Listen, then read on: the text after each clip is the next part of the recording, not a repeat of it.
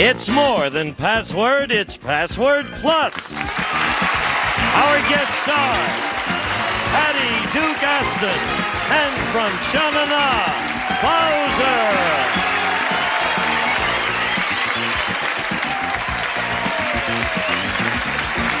And here's the star of Password Plus, Alan Ludden.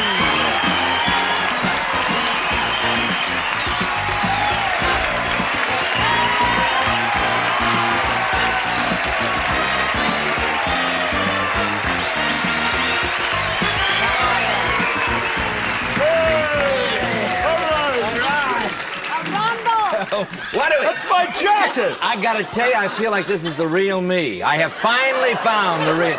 I feel like this really... Don't you think this looks good? Yeah, that's the real use. That's the real use, all right, Alan. Now give me my jacket back. Yellow tie makes You gonna get mean about it? Well, I don't know. See, I bought... I gotta tell you... They told me I have to wear this if you're wearing that, and I don't think I can hack it. Okay, all right. That's heavy. You know that's really heavy. All right. Give me that. Okay, now let's meet Lou and Tom in their real clothes. Come in, Lou. Come in, Tom. Hi, Lou. How are you? I always wear my jackets on I Wednesdays. had that wrong. I didn't have my arm through that thing. I know. That's why it looked strange. It looked. I didn't have it through there. They didn't put it on I right. thought you were getting ready for the Rumble. Don't you take Well, off to Rumble? I got to tell you, this isn't anywhere near as much fun just wearing an old suit. But let's meet our current players here. Now, here we have going a very good game. If you weren't with us yesterday, where were you? Because it was a great day. Now, we have a situation here. We have a champion from Nashville, Tennessee by the name of Tom Bryant who has $6,700 plus $100 in the current game. Tom Bryant. Tom, you're one of the best players we've had around here in a long time. Now, tell us about yourself briefly. I don't have much time since I spent all my time on the jacket. I'm a truck driver, and like you said, I'm from Nashville. That's it. That's it. Okay. Now, Who's this first? lady over here is one of the best players we've had in a long time. This is Lou Duffy Gardner. Lou, now about yourself. We need to be reminded. Originally from Pittsburgh, and You're that's from Pittsburgh? Do you see any of these in Pittsburgh? yeah. Oh, Yeah. but A lot of those in Pittsburgh. Okay, the score, though, here is 100 over here, 100 over here, and this is a $200 puzzle. Whoever gets it goes to alphabetics. Yesterday, Tom won it on 2 clues, Lou won it on 2 clues, so watch out. This is good playing. Here's the first clue to the $200 puzzle, the game. if you moderate well, I'll give you the jacket back at the end. All right, that's a deal. You have the option. Oh, me? Yeah, pass or play. I'll play. Okay. Sunrise. Sunset. No, we don't do opposites. Okay, Patty, second clue. Morning. Dawn. That's it. Dawn. Okay, they know the other. For the They know game. the other. For the game, the first clue is dawn. What do you think? Tony Orlando. Is it Tony Orlando? No, could have been. Patty has the option. There it is. Pass or play. Pass. Bowser. Headlines. Newspaper. Second clue, Patty. Shorter. Column. Third clue, Bowser. Good. News. Yes. I'm sorry. All right. With this kind of playing, every word counts. Now you have 2 clues, Lou, up there. For the game, dawn and news. The Today Show. Is it the Today Show? You won the game! On 2 clues. Great play. Whoa. Tom, Jane, and program. Tom Brokaw and Jane Pauley. Wow, do you realize that on the 3 puzzles of this last competition, you never went beyond the second clue? Boy, Tom, you had to be that shorter was the one. We say goodbye to you, sir, but you go back to Nashville and they'll be proud of you with $6,800. You don't have to go. You don't have to go, Tom. We're going to commercial. Okay, Tom. We'll be right back, and then we'll play Lou and John at the alphabetical. Okay. Wow. Terrific. You were really terrific. That's how. Yes. Lou, if you communicate as well here as you did there, you have $5,000 in 60 seconds. 10 passwords arranged alphabetically, starting with L and going alphabetically all the way through to U. You get 10 of them in 60 seconds. You have $5,000. You know how to play. Now remember, the first word starts with L. Bowser, there's the first word. You got your clue? Okay. You all set? Sure. When you're ready, I'll go. Okay, go. Alan. Okay. You have 60 seconds. Go. Books. Clue. House. Oh, nothing. Card. Rental. Lease. Lending. Books. Loan. Books. Nothing. Pass. Go on to the next one. Guided. Missile. N. Hangman's. Noose. O. Stove. Oven. P. Banana. Pear. Skin. Peel. Right. Q. Okay. Montreal. Quebec. Right. R. Okay. Priest. Reverend. Jewish. Rabbi. S. Bitter. Clue. Lemon. Sour. Right. T. Okay. Bugle. Trumpet. U. Cedar. Nothing. Row. Urn. Fall. No. House. Yeah. Fall of the House of Usher. Usher. Wow. Usher. Oh. And the first But that was one a hard way to were get it. books, the house, Library. library Yes. wasted That your was time. just got us off. However, you had $800 plus the 3 you had. You have $1,100 and great. you get to play again. You're a good player. Get your feet wet. Yeah. Let's go back and play again. The first time's always kind of rough. Okay, those are great clues, there, Bob. Great clues. Yeah, you was did it right. really You have tough. 3 set up. Usher. Come in, Vicky. Usher. Usher's This is Usher a would new have been player. tough even if we got library. Vicky Stream. All right, Vicky, did you bring your rooting section? Where are they from? They're from Riverside, California. I see. Now tell us. As they say, I'm from Riverside, California. My husband Ken's an attorney there, and we have a 2-month-old daughter, Allison. And how many friends did you bring? About 10. Oh, there. Let me hear it for Vicky. All right. Here they are. Here we go. Some of them have John beards. has the option. He has the new player. Here we go. Brand new puzzle. Her husband has a beard. Pass or play? I'm going to pass. Okay, How Patty. did I know that? Sardine. Ooh. Teeny. I don't know. Bowser. Fish. Scaly. Third clue.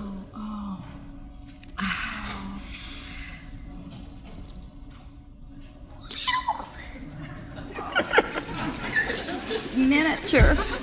Oh. Last I know. clue. Bowser. Little. Minnow. Minnow. I thought you were All right. We thought when you said I miniature. thought you She were had it in her right. mind. She just couldn't Okay. get to it. All right, Vicky. First clue in the puzzle is minnow. What do you think? Stream.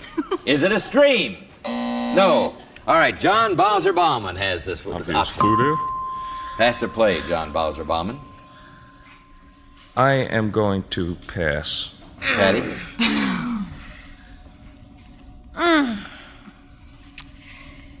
Gang. Mob. Second clue, John. Ships. Crew. Yes. Very good. Gotta go. Now you have 2 clues. Minnow crew. What is the answer? I don't know. I don't either. I don't have any idea. Minnow crew. You have any idea at home? Oh, you're not even at home. I was just asking them at home. All right. You're not even at home. They're sitting Okay, out there. John. At home, we say yes. Oh, all right. You got it. All right. You're smarter than we are. What is it? Pass or play, John? Oh, it's up to me. Okay. I'm going to pass again. Okay, Patty. Riders. Calvary. Riders, cavalry. Cavalry. All right. John, second clue. Train. Passengers. Yes! Vicky. Minnow. Crew. Passengers. What do you think? Oh, steamship. I don't. Is it a steamship? No, I still have no idea. I don't want to ask. Okay. All right, Bowser. What do you think? Pass or play? I think I'll play this one. Okay. World. Traveler. Second clue. Baseball. Series. Yes. Lou. Thank you, thank you, thank you. Yeah, should have passed. I got sick of passing them and, Minnow, crew, passengers, and series. Oh. No, you can't help. Oh. Lou. No, I know it. Oh. All right. But you might. All right. I'm gonna have a coronary. Patty has the option. Don't have a coronary. All right. I'm Pass gonna or play? play. All right. Shipwrecked. Island. Second clue. Stranded. Maroon. Maroon. All right, Vicky. Now you have all 5 of the clues. Minnow, crew, passengers, series, and maroon. What is it? Gilligan's Island. Is it Gilligan's Island?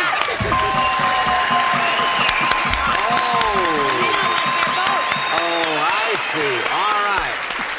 The Minnow, the USS Minnow was the boat that was right. Did you know I that? didn't know the name of the boat. All right, but you got the answer, Gilligan's Island, and you had it figured out? You had it figured out? Yeah. All right, now it was going to be another good game. I tell you, this is a great week. We said it from the beginning. It really is. Tough match. Second puzzle Nice in this going. competition right Good after this work. commercial. Don't go away. Call your friends. It's a great show. Well, Maroon.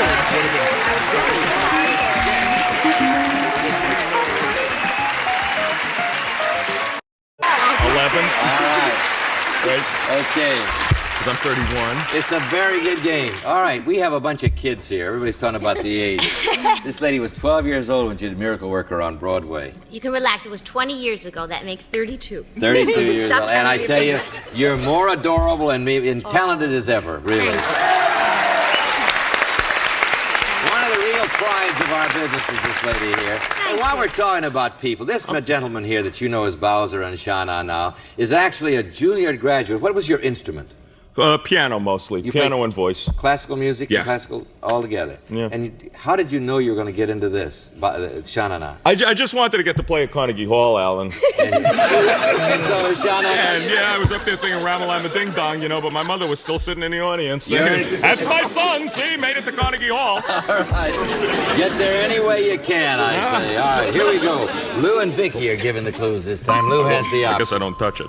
Here we go. What are you going to do? Pass or play, Lou? Pass. All right, Vicky.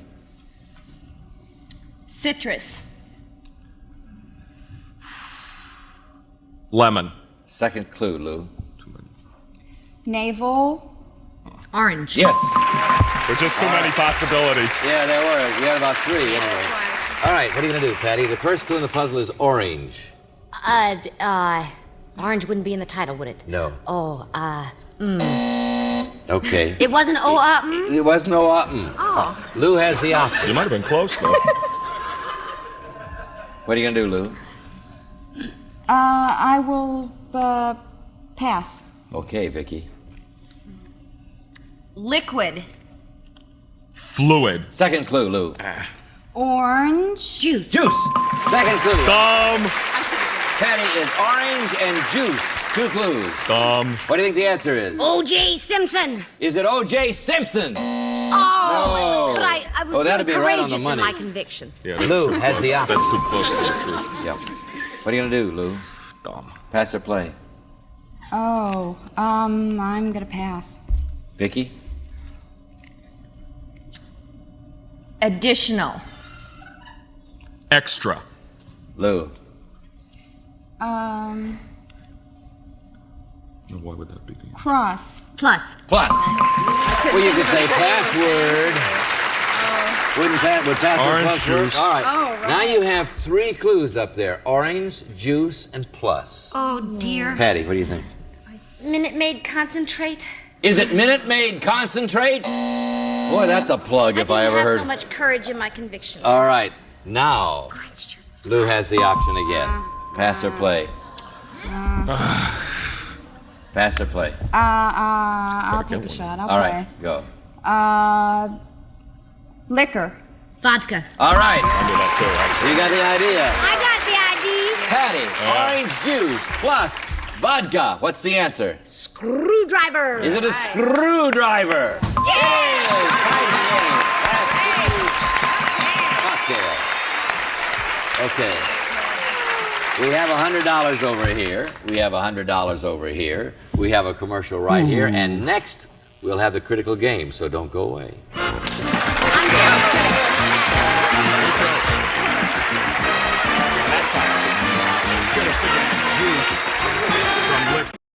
Okay, here we go. Lou and Patty have 100. Vicky and John Bowser have 100. John Bowser Bowman, that is. This is a $200 puzzle. Whoever solves this puzzle goes on to alphabetics. This is the way we like it. Here we go. gets it? First clue in the puzzle. Bowser has the option. Oh, good.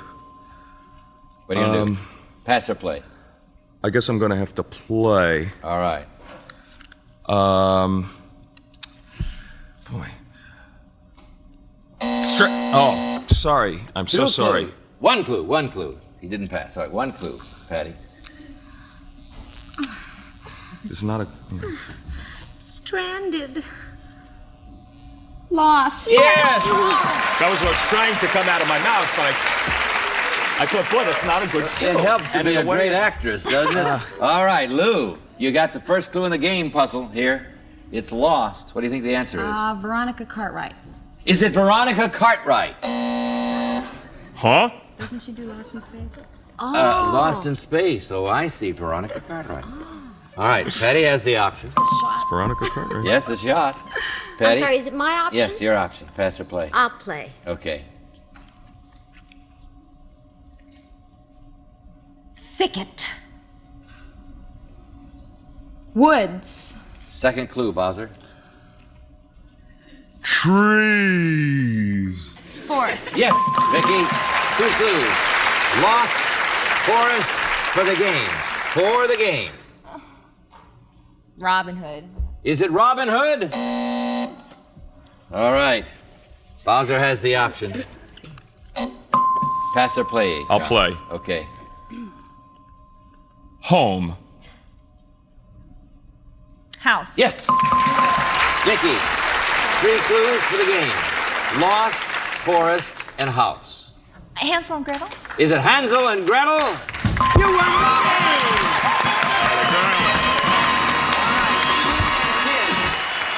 Wow.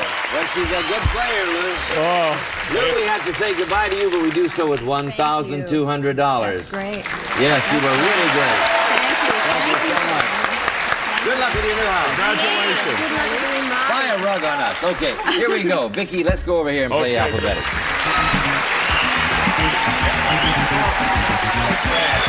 Such a terrible thing. Okay. All right, here we go. This is your first.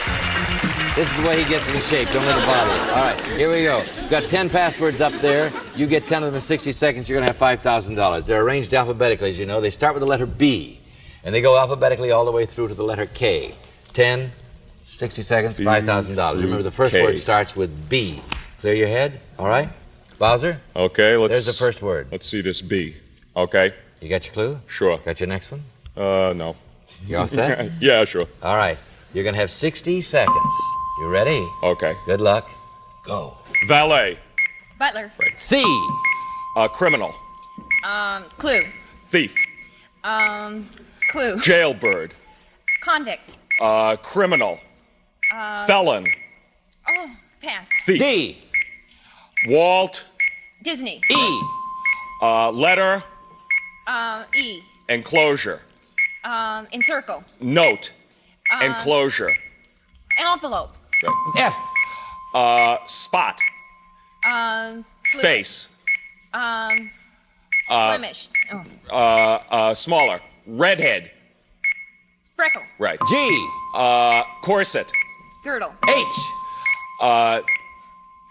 Here. Stars. House. Hollywood. Right. I. Tusk. Ivory. J. Discus. Spear. Javelin. A. K. Okay. Javelin. You know what held you up? Once we got held up on. Crook. Yeah. Crook held you up. Crook was the Crook. criminal Oh, with a Crook, C. yeah. And Knickers was the last. We have a commercial. You have $800 plus the 3. You have $1,100. We have a commercial. Knickers we could have got. We'll be right back.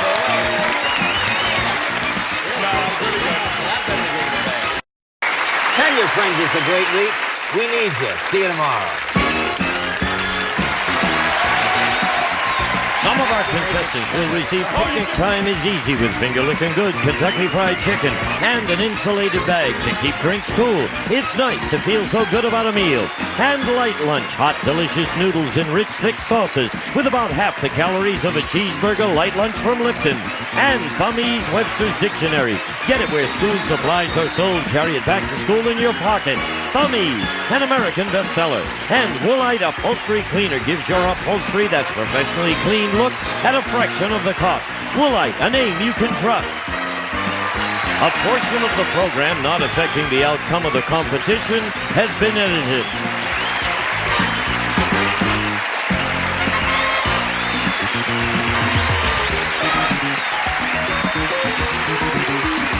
This is Gene Wood speaking for Password Plus. A Mark Goodson, Bill Todman production.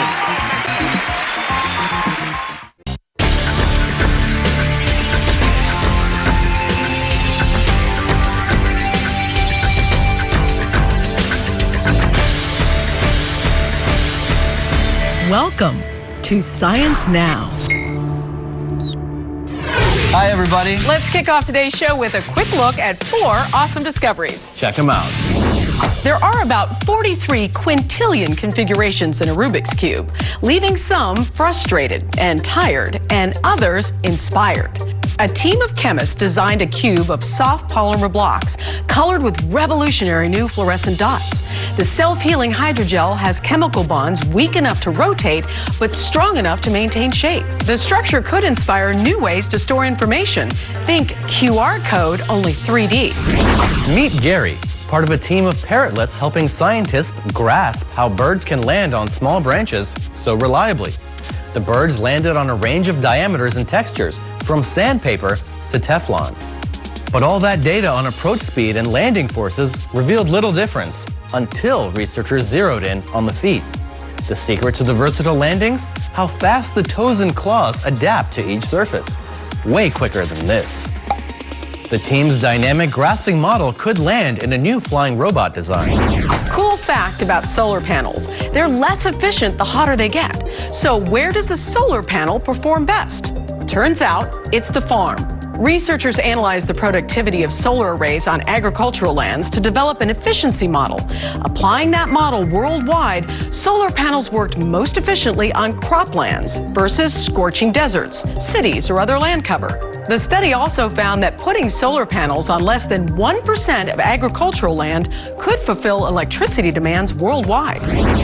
Roaches to the rescue? This roach-inspired robot may be a superhero in the making. Most mini-bots are fragile, but just try to squash this one. Ouch! It can withstand 130 pounds, or 1 million times its own weight. The layered piezoelectric material bends and straightens when voltage is applied, propelling it forward. It's fast and stealthy, just like the real thing, and strong, able to carry 6 times its own weight. Next steps? Add a battery and a gas sensor for a version that can detect dangerous fumes. And there you go, 4 awesome discoveries. Now check this out.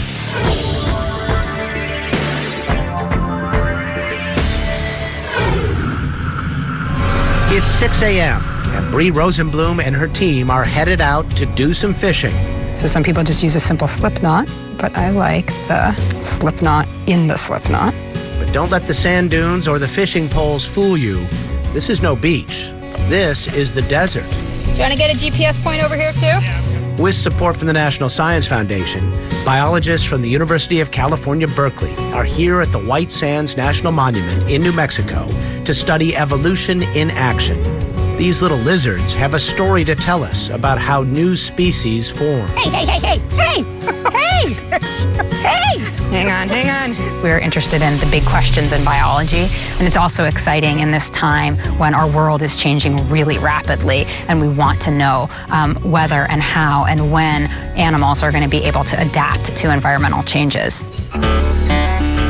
They come to White Sands because it's an evolutionary hotbed. The 275 square mile gypsum dune field formed very recently, geologically speaking, only about 10,000 years ago or so. All of the animals that colonized this area had to go through an incredible amount of change in order to live in this unique environment. And so what we see is that a lot of the animals have evolved a number of different adaptations to survive here. The most noticeable one is that they're all incredibly light in color. These are whiptails, just one of the lizards they study. They're the same species, but may well be diverging into two. The little guy on the left was caught right here on the dunes. And you see that the White Sands one is a lot lighter in color than the one from down the road. You can also see that its stripes on its back are much fainter. The team also studies lizards in nearby transitional zones where white sand gradually gives way to brown. These so-called fence lizards are climbers. They like trees and running along ridges. We measure what color they are. We measure different aspects of their body size. We measure what they're eating. And they take a tissue sample, usually a little section from the tip of the tail, back to the lab for genetic analysis. The same gene that is involved in the color difference in these lizards is also a gene that's involved in color variation even in humans. Rosenblum says lighter-colored lizards clearly have a better shot than darker ones at living long enough on the white sands to breed and pass on genes. They even select mates based on color. It's incredibly important for them to be camouflaged in their environment because they are out looking for their food and looking to find mates and doing all the things that lizards do during the day. And at the same time, their predators are out looking for food and all the things the predators do during the day. Love you, puppy. She says understanding the process of evolution is important given the large number of species facing extinction around the world today. Some of them won't make it, but some will, in part by adapting quickly, a lot like these lizards. So how can, in this time where things are changing so rapidly, how can we give species the best chance possible at survival? And part of that story is evolution. It has to be evolution. The world's changing too quickly for species to survive without evolving. Sunset and twilight. All in all, a good day's fishing for these folks, even though they only caught little ones.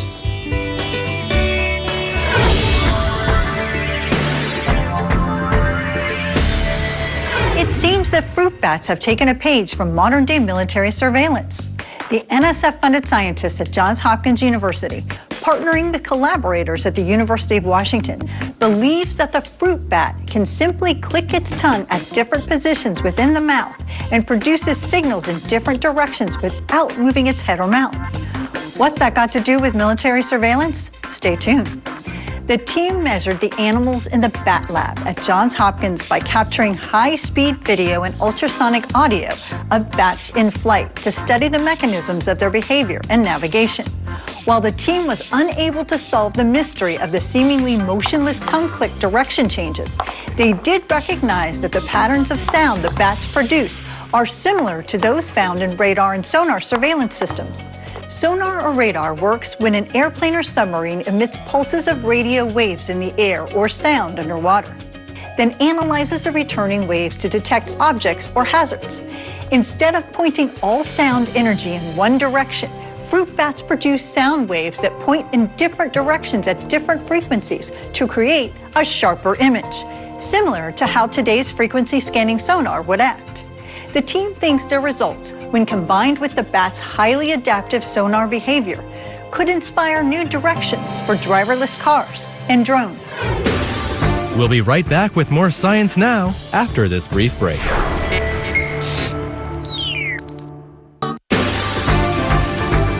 Welcome back.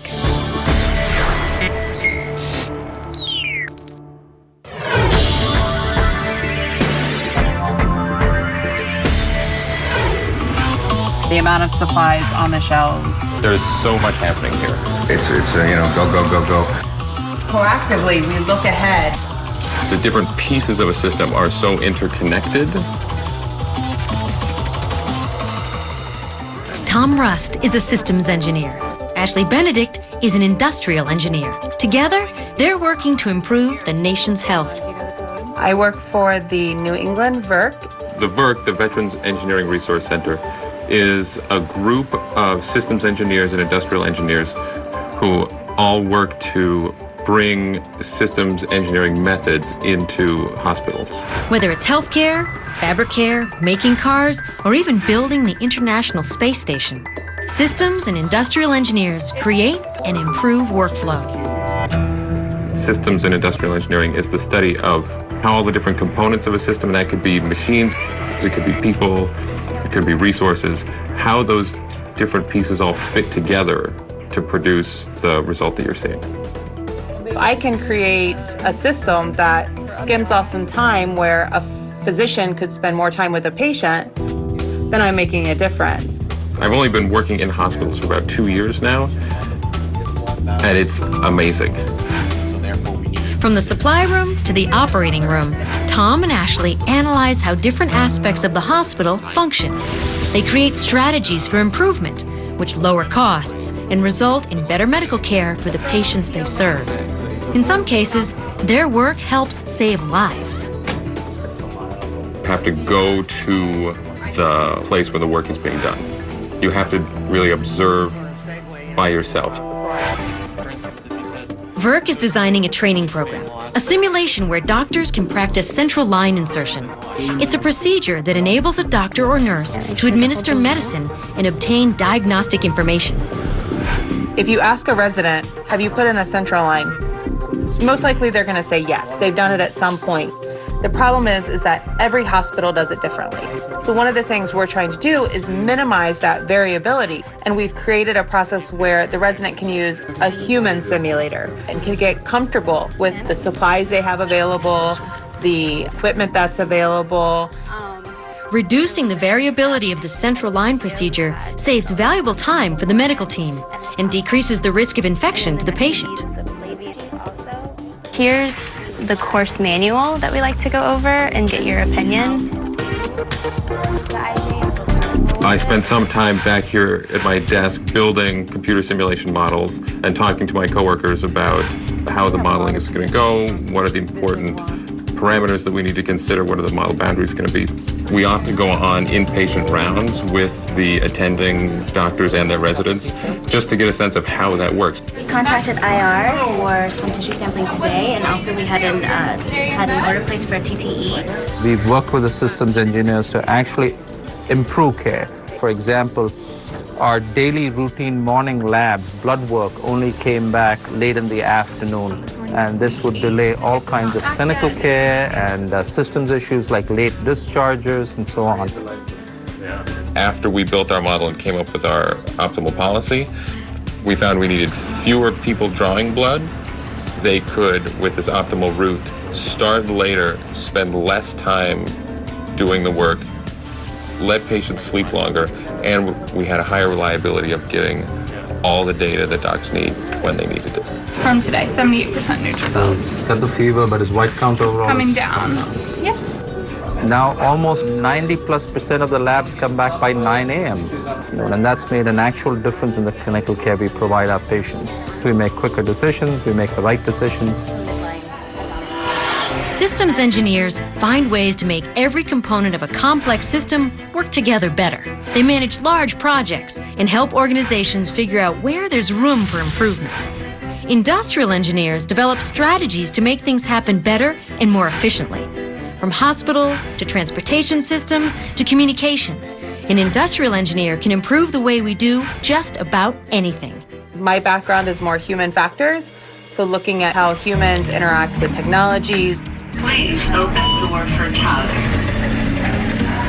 Other people, the environment, their simulations, operations, facility layout, supply chain management, operations research. You'll find industrial and system engineers in both the private and public sector. Because the world is so complicated, everything really is part of a system. So you could work in a hospital, you could work in a manufacturing site, you could work for the government, you could work basically anywhere where groups of people get together to try and produce something. That's what's so great about industrial and systems engineering is that you're not pigeonholed into one specific thing. Tom has been working with the VA's Compensation and Pension Service, or C&P. The turnaround time on the exams has got to have decreased over there because They expedite medical coverage benefits for disabled veterans recently discharged by the military. VA hospitals provide about 800,000 C&P disability exams each year. In spite of increased demand, systems engineering methods are helping reduce exam wait time. When I started here, the wait time for an appointment was over 50 days. Now in the VA, after we've done the research and had some of our policy recommendations implemented, it's now less than 7 days. I mean, it's a fabulous system. I mean, I've been espousing it to other C&P directors. Connecticut's very interested in it. It just cuts down the traffic so much from regional office to here. It's pretty amazing to think that there are probably tens of thousands of people now that don't have to wait for their care because of something that I've done, because of something that we here as systems engineers have done. Supplies and equipment inventories are an essential part of any healthcare provider system. Hospital managers need to know how much to order, when to order, and what to order. So one of the inventory projects we're working on is with the operating room. And they have supplies within the operating room. They also have supplies in a room outside of the operating room in a location with an array of supplies. And it's far away from the operating rooms. If Jen's not here and I have someone who's not familiar with the words we're using, with the terminology, and I tell them to get, a comfy catheter that looks like 12 or 13 other catheters hanging right next to each other, and the right one doesn't come back. That's where engineering really can help us. Systems and industrial engineers often have a Bachelor of Science degree in industrial, mechanical, or electrical engineering. What I like most about industrial and systems engineering is the people aspect. Boston is such a big, small town. I love how many things there are to do here, how many sights there are to see. You can bike across town in an hour.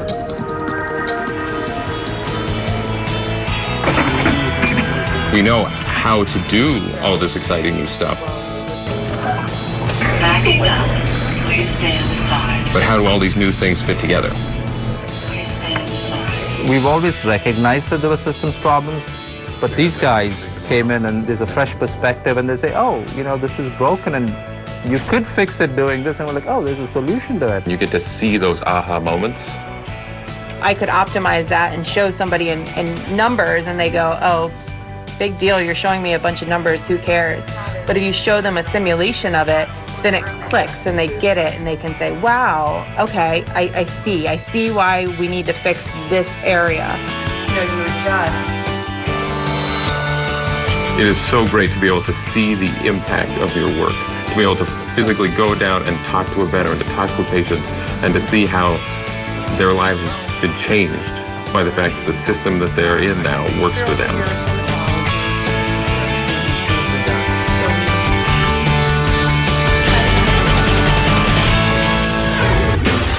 We'll be right back with more Science Now after this brief break.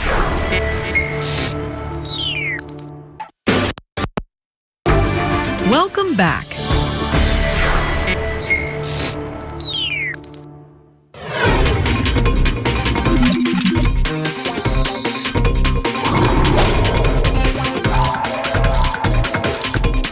The tragedy of the commons is a dilemma that develops when a group shares a limited resource.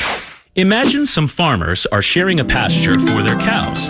The cows eat the grass, but the grass grows back, and so the cows have plenty to eat. So they add more cows, which eat more grass. Eventually, the grass can barely grow fast enough to keep the cows fed. Farmer Alex decides to add another cow anyway. He figures the extra cow doesn't eat that much grass and will only mean a little less for everyone's cows, but he will get all the milk from the extra cow. Don't look at me. If I don't, they will. The other farmers feel the same way. Each knows that they are hurting the pasture they share, but their fear of losing out seems to force their hands. That's the tragedy of the commons. And it doesn't just threaten cartoon pastures. Stocks of Atlantic cod and bluefin tuna are greatly diminished. Aquifers that can replenish if water is withdrawn slowly are now emptying. Even roads can screech to a standstill while drivers wonder why others don't take public transit. By studying the interactions between people and their environments, researchers are becoming better able to figure out ways to protect ranges, forests, oceans, and even highways. This will become more and more important as the population of the Earth grows, but the space available stays the same. More people will be using the commons, and we may be on the brink of tragedy. We'll be right back with more Science Now after this brief break.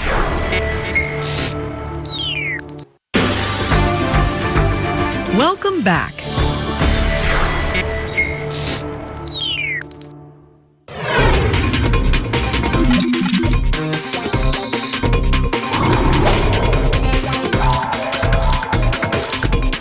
The Tragedy of the Commons says that self-interest in competition can cause people to ruin a shared resource. In this case, farmers who shared a pasture overgrazed the cows for a little more milk for themselves and ended up destroying the pasture for everyone. Is there anything that could have been done?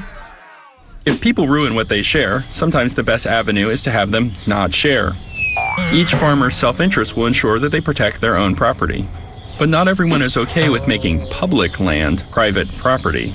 And some things like the oceans and the sky can't be made private anyway.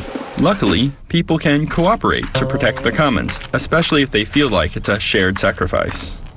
Freeloaders, though, can make everyone else feel like suckers. And sometimes it only takes a few cheaters to ruin the commons for everyone. In those cases, rules are required. Research supported by the National Science Foundation has shown that privatization, cooperation, and regulation can all work to protect commons, but only if proper enforcement exists. Resources common to multiple groups can be the hardest to protect, and that's a challenging task for everyone. Well, that's our show for today. Thanks for watching. We'll see you next time.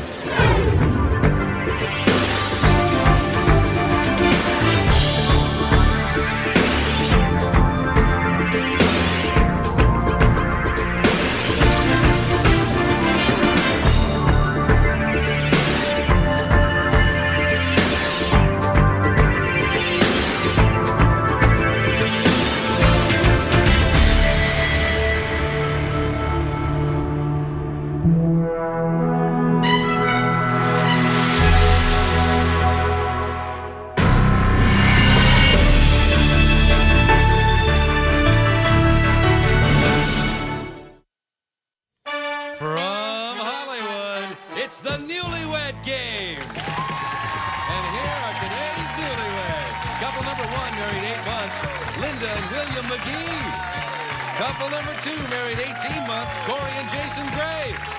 Couple number 3, married 6 months, Dorothy and Tony Townsend.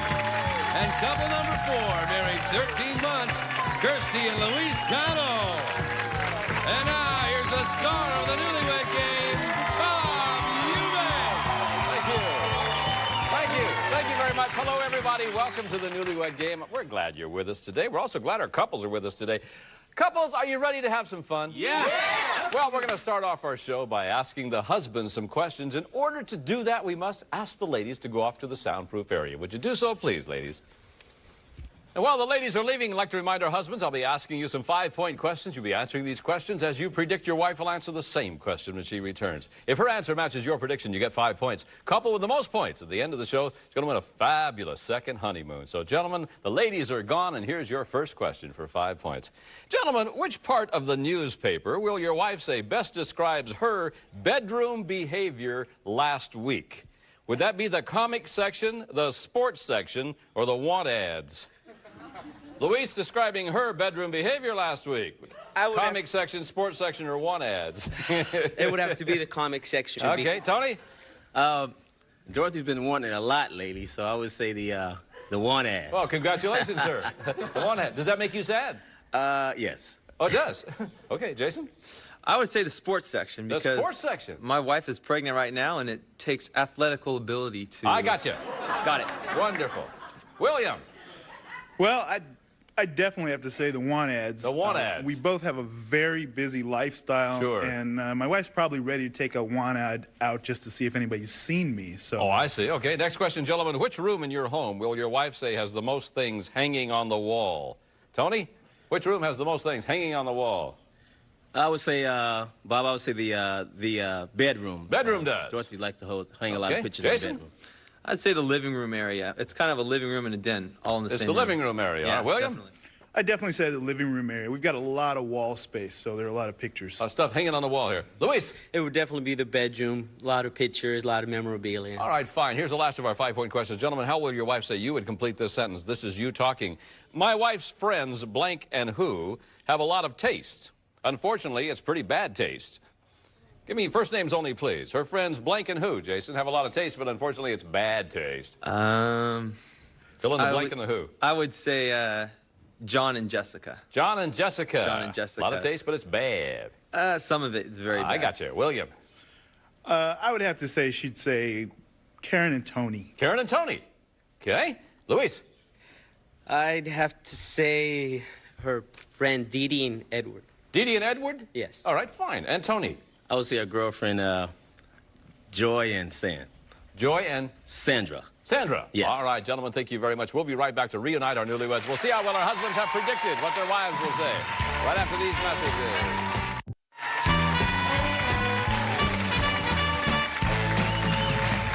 Welcome back to the Newlywed Game. Gentlemen, we've recorded your predictions on cards. You now have them flat on your laps. Each time that your prediction matches your wife's answer, you get 5 points. The one couple with the most points at the end of the show is going to win a really, really good second honeymoon. So good luck to you. Here's your first question, ladies. Which part of the newspaper best describes your bedroom behavior last week? Would it be the sports section, the want ads, or the comics section? What do you think about this, Linda? Want ads. Want ads. Definitely. It was all want. Who wanted? I think both of us, but just time was not on our All side. right. William predicted you would say, describing your bedroom behavior, it would be the want ads. Yeah. Okay. Corey.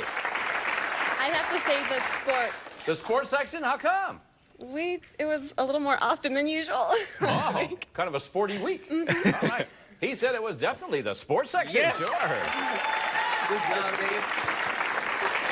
Dorothy, we're describing your bedroom behavior last week. Sports section, want ads, or comic section? Want ads. Want ads. What's the problem? I really wanted it last week. Oh, you did? All right. He predicted you would say it was the want ads. Yes. What do you think, Kirsty? Okay, it definitely had to be the sports section. Sports because section. Very aggressive. Who was aggressive? Oh. All right, no, he said it was a comic section. Oh. It's okay. Next question, ladies. Which room in your home has the most things hanging on the wall? Which room in your home, Corey, has the most things hanging on the wall? I have to say my kitchen. Your kitchen does, I've got all right? apples everywhere. All right, he said that the most things hanging on the wall happen to be in the living room. Plate rack. We got flowers everywhere. She hangs something new every single week in there. All right, Dorothy? The hallway. There are pictures of everybody in the family in the hallway. The hallway. Tony said, no, it's the bedroom that's got everything. Hallway. The hallway. Come on. The hallway is a picture of your family, your brothers. Kirsty? Okay, it has to be the bedroom because we have all sorts of postcards and things like The that. bedroom. Tell He me predicts that's right. it has to be the bedroom. Yes. Sure. Yes. You get the points. Absolutely. What do you think here, Linda? It has to be the bedroom because we have a special theme in there. All the pictures have to be people hugging or happy. You mean everybody in your bedroom has to be huggy and happy? That's right. Well, that's kind of a neat thing, all right? He predicted you would say it has to be the living room. There are a lot more pictures in the living room. No, there are not. Yes, they are. No. Where are most of the pictures? Bedroom. I say they're in the living room. I mean, we have living rooms sitting on the thing, but you said hanging on the wall. And that's... We have 17-foot ceilings, and there's a lot more picture space in the living We room. will count when we get home. Yes, we will. But I'm right. Gee whiz. Last of our 5-point questions. Ladies, how did your husband complete this sentence? This is him talking. My wife's friends, blank and who, have a lot of taste. Unfortunately, it's pretty bad taste. Give me a first name only, please. Dorothy, your friends, blank and who, have a lot of taste, but it's bad taste. My friend Pam. Pam and who? Two friends going here. Oh, two friends. My friend Pam and Evelyn. Pam and Evelyn. He predicted you would say it's your friends Joy and Sandra. me? Pam and Evelyn. Pam's all the way up north somewhere. I forgot all about Sandra and Joy. Yeah, they have bad taste, he says. Yeah. He's right. So, Kirsty. Okay, I don't really have any friends, so... Oh, I'm so sorry. Adrian and Mike? Adrian and Mike. He predicted he would say Dee Dee and Edward. Oh, I didn't no, know. my other two friends. I didn't know what to say. That's I had a to mean pick question. something. Pardon me? That's a really mean question. You don't want to say mean things about your friends. Thank you. I'll never ask it again. What do you think, Linda?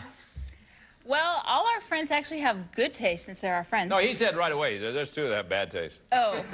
Well, I'll just say Mike and Inez, only because they're doing a lot of repair Mike and work. Inez. No, he said your friends, card for me, please. Your friends Karen and Tony have bad taste.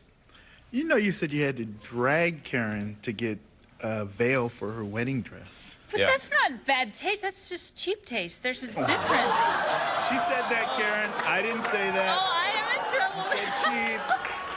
Basically, what we're saying is that Karen and Tony have bad taste and they're cheap also. No, they don't have this. We're in trouble now. Who's in trouble? This is a mean question, isn't it? We're short. Yeah, it we're is. short. Never going to one ask set this of question friends again. now. I'll tell you that. Corey. Well, all of our friends have pretty good taste, but I'd have to say our neighbors, Dana and Brian, they just have different taste than what All right. we He would. said, no, what it's we would. your friend's top card for me, please. It's your friends John and Jessica have all the bad taste. She's right. She's Yeah. right. It's your neighbors that have the bad taste. Coffee table made out of snowboards. No. Yeah. It's pretty bad. It's Out of bad. snowboards? Snowboards. No kidding. But the reason I said that is because usually on the way home from our friends John and Jess, it's, oh, I liked her stuff, but I would never have that. That's usually how it goes. So. Oh, I hope they're watching. It's going to be... Yeah. You won't have to drive home from their house anymore. We'll be right back to see how well the wives can predict what their husbands will say right after these messages.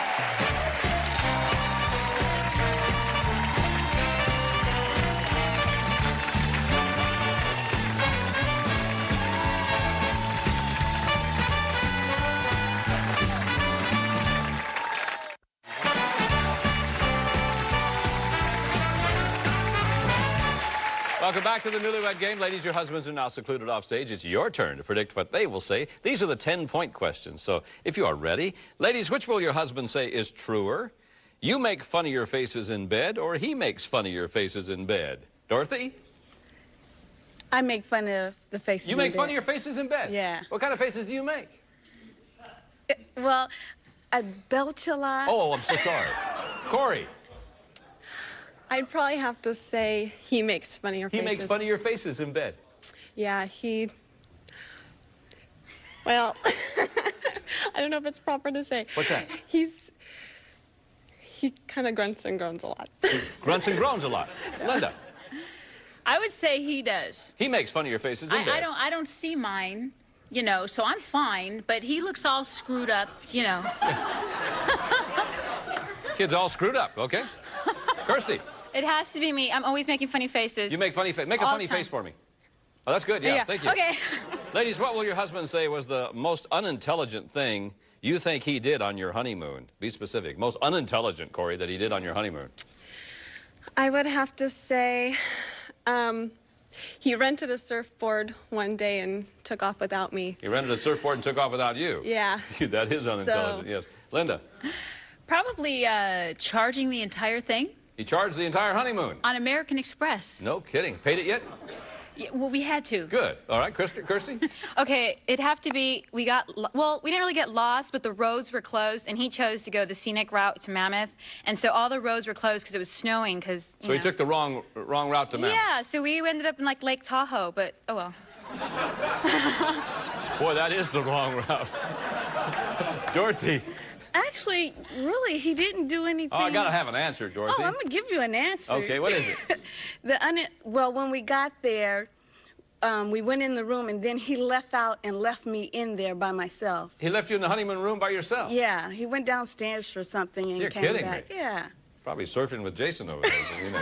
Last of our 10-point questions. Ladies, how will your husband say you would complete this sentence? This is you talking. I don't know why, but my husband gets really angry whenever I try to touch his blank.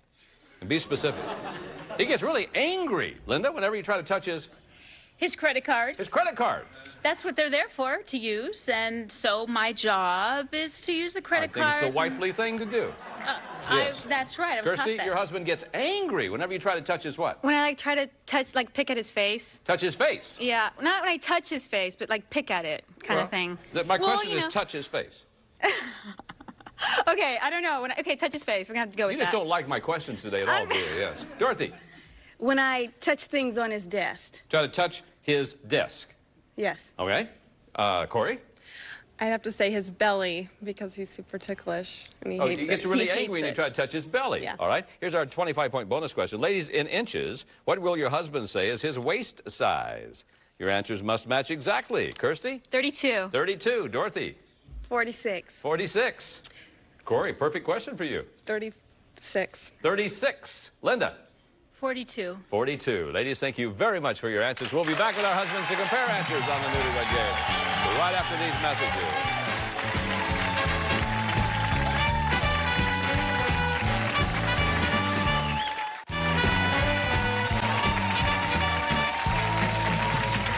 Hey, welcome back, everybody. All four of our couples have 5 points. Now, that's going to change because, gentlemen, let's see how well your wives have predicted what you will say.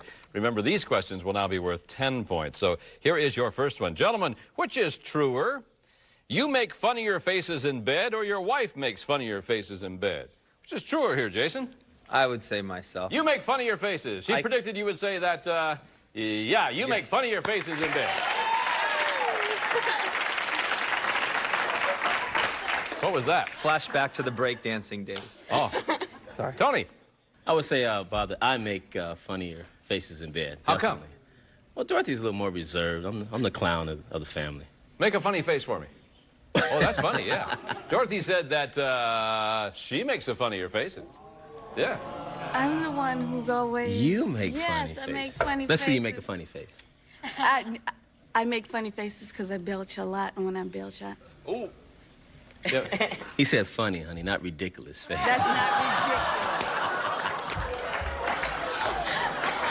ridiculous. Way to go, Tony. You got her that time, didn't you? Yeah. Boy. Luis. I'm the one with the funny face. You make the funnier faces. She predicted that no, she makes the funnier You're faces. always saying how I'm so funny in bed because I make funny faces. You always keep Because your I eyes scratch my closed. nose and stuff like that, you say. God, he's wrong. I could tell he was wrong when he answered. Yeah, exactly. William, who makes the funnier faces? Well, Bob, I'd have to say that she makes funnier faces. She does? Yeah, she makes funnier She looks faces. at you in bed. strange. Yeah, she looks at me strange. Wonder what she's thinking. I don't know. I'll have to ask her sometime. Yeah, I'm not do sure. that. Well, after you count your pictures. Okay. Yeah. She said that that you make the funnier faces in bed. You make funny Have you ever faces. seen yourself? I'm bringing a mirror Well, next no. time. I'm bringing a mirror. We haven't installed that mirror over the bed yet. I'm bringing a mirror. Next question, gentlemen. What was the most unintelligent thing your wife thinks you did on your honeymoon? Be specific, Tony. Most unintelligent thing you did on your honeymoon. On our honeymoon, Yeah. I went out of the hotel, Yeah. down the street, Yes. to get some champagne. Okay. But then I turned around and said, no, I better not. So I came back. You came inside. back. All right. She predicted the most unintelligent thing is you left her alone in the honeymoon room. Judge, okay? They say that's okay. Yes. What'd you do, Luis? Unintelligent thing you did on your honeymoon. It would have to be leaving her alone on the ski slopes. You left her alone on the skis. No, she said the most unintelligent thing you did is you took the wrong turn to go to Mammoth, ended up almost at Lake Tahoe. That's true. That is the stupidest William. thing for sure. I'd have to say the most unintelligent thing I did on our honeymoon was not making sort of party arrangements for New Year's Eve. You didn't make party arrangements for New Year's Eve? She really wanted to go out on New Year's All right. Eve. Linda said the most unintelligent thing you did is that you charged the whole honeymoon on your American Express card. Oh, well. Jason. We went to Hawaii, and I'm a surfer, so that was like the first time I was in Hawaii, and I spent just about a whole day surfing. On your honeymoon? I know.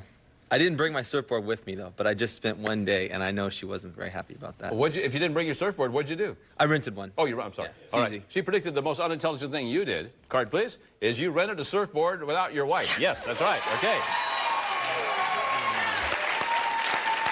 Here's the last of our 10-point questions. Gentlemen, how did your wife complete this sentence? This is her talking. She said, I don't know why, but my husband gets really angry whenever I try to touch his blank. Be specific for me, please. Luis, you get angry every time she tries to touch your what? My hair, because... Your hair?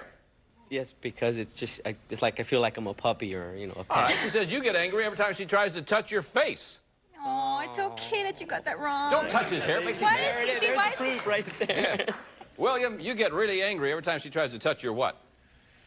Ooh, I'd say I get angry whenever she tries to stick her fingers in my nose. See, she has a very strange habit of trying to... Why would she want to do that? I don't know. We haven't got that far in our therapy, but... All right. She says you get angry every time that your credit cards. She tries to touch your credit cards. That makes you angry? I was just teasing. I'm not really going to go in there. Well... It's comforting anyway. Jason, you get angry every time she tries to touch your what? Is this body parts or anything? I don't know you that well, Jason. I'd have to say my ears. Your ears. I got no, kind of... she says you get angry every time she tries to touch your belly. Oh, yeah. You hate it when I tickle you, and you always push Let me me see. away. Tickle him. Let me see. No, that's okay. Tony. Well, after thinking it over, Bob, I have to say my desk. Your desk. All right. She said it would be your desk. That's right. Yeah. All right. Before we get to our 25-point bonus question, let's see where our winning couple will be going on their second honeymoon. Take a listen. It's an amazing trip to Amsterdam. You'll get that touch of Dutch service on Martinair's round-trip airfare for two to Amsterdam. Martinair Holland, the other Dutch airline. And you'll experience old-world luxury and charm at the 4-star Ryan Memphis Hotel. It's your exclusive getaway in the fashionable, historic heart of Amsterdam. The Memphis Hotel. Good luck, everybody. Back to you, Bob. Wow, somebody's going to Amsterdam. Won't that be fun? Here's our 25-point bonus question. Gentlemen, in inches, what is your waist size? Your answers must match exactly. Couple number one, William and Linda. You have 5. 25 would give you 30. Get it right, you'll be in first place. William? My waist size is... My waist size, Yes. definitely. My waist size is 42. 42. Which I'm not very She said proud it of. is 42. You're right. Couple number 4, Luis and Kirsty with 5. 25 to give you 30. Tie for the lead. Luis, if you get it right. 30. 30. She said 32. That's Couple it, number we're 2, out. Jason and Corey with 25. 25 gives you 50. Get it right, you'll be in first place. Jace? 32? 32. She said 36. I'm sorry. The last pair All of right, shorts couple number I 3, bought. Tony and Dorothy with 25. 25. I'll give you 50. Tony, if you get it right, you and your wife, you're on your way to Amsterdam. What's your answer? Well, it's been increasing, so I'll say 36. 36. She said your waist size, you ready, Tubby, is 46. That means at couple number 1, William and Linda, you're our Newlywed Game grand prize winners. And thanks to all of our couples. Most of all, thanks to you. I'm Bob Eubanks. We'll see you next time on the Newlywed Game. Bye-bye, everybody.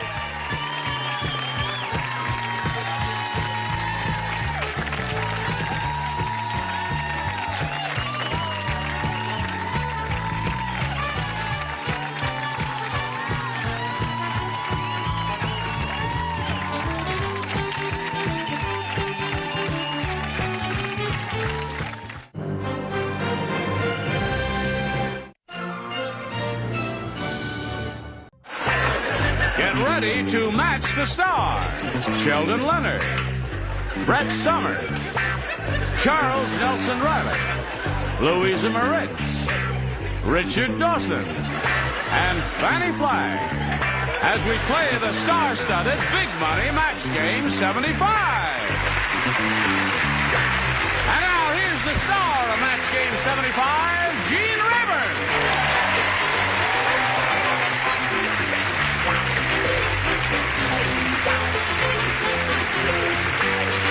Thank you, Johnny Olson and friends. We are surrounded by friends.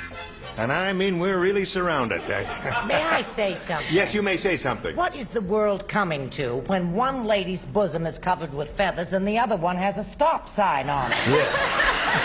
I don't know. What is it coming to? Feathers and stops. I like feathers. You like feathers, yes. Yes. And how about you? I have another one that says, look and listen. Stop, look, and listen.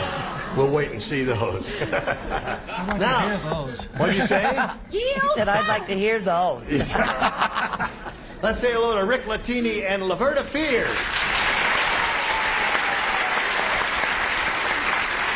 Rick is the current champ. He's won one game, and he has $600 to his credit. And now we're going to start a brand new game, and we're going to he's going to be challenged by Laverta Fears, and we really haven't heard the story of your life, have we, Laverta? Would you please tell us now?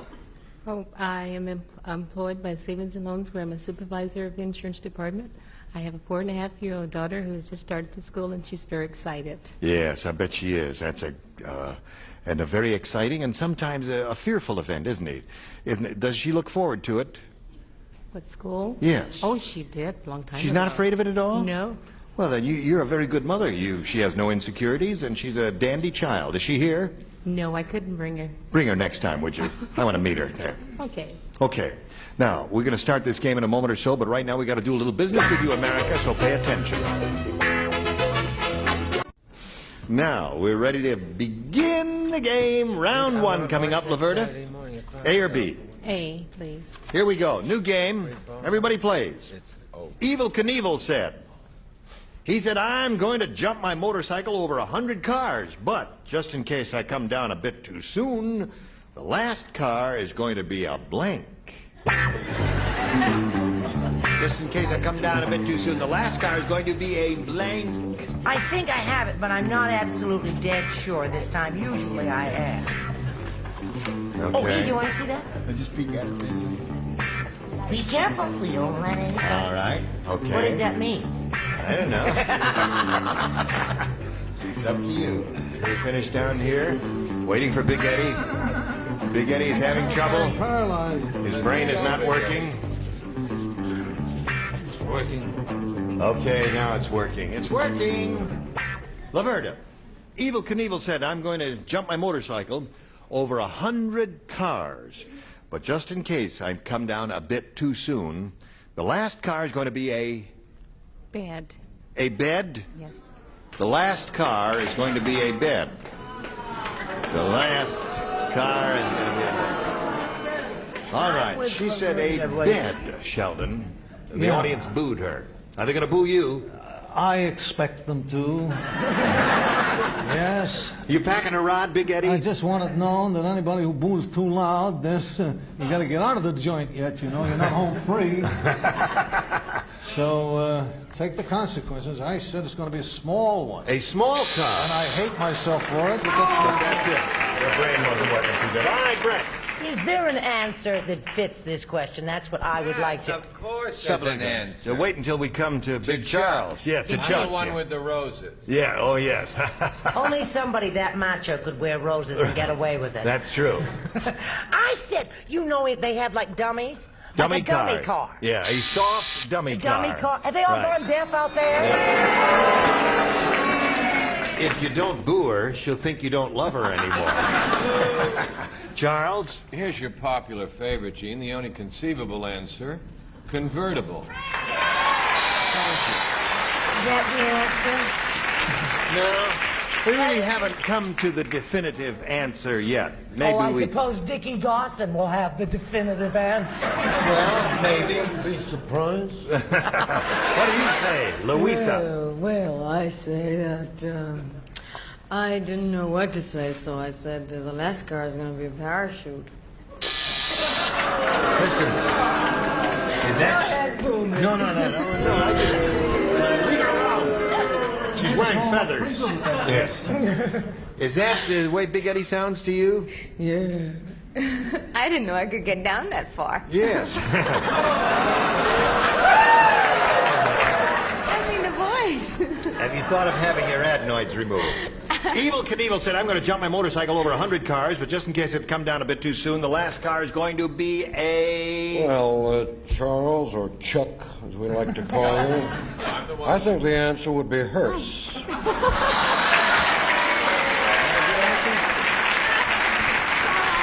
Is that the definitive answer? I think that's a mark. Is that the definitive answer? That's a terrific answer. If you like a negative, destructive answer, yes. Well, we do, Chuck. I'm very optimistic. Yes. Now you, the lady on the end there, what's her name? Patsy Neal. You promised not to tell. Yes. Now, you see, I thought the thing out logically. I was thinking if I were going to do that, I would want the last car to be a rubber car. Yeah. Okay. That's all right, Fanny. Not bad. Okay. Nothing for you. And now your first round question, Rick, is as follows. Marge said, I couldn't believe it.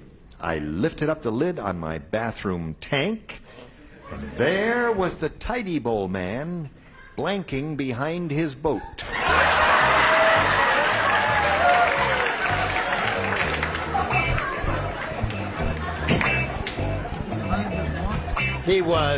There was a Tidy Bowl man blanking behind his boat.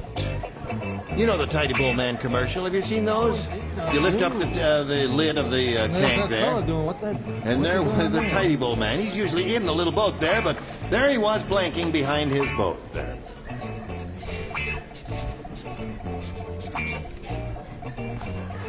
All right. Are we all ready? We are all ready. What are we waiting for? Guess You who and we're Fanny. waiting for? You and Fanny. Okay, here we go. She's got... Rick, you ready? Yes. Okay.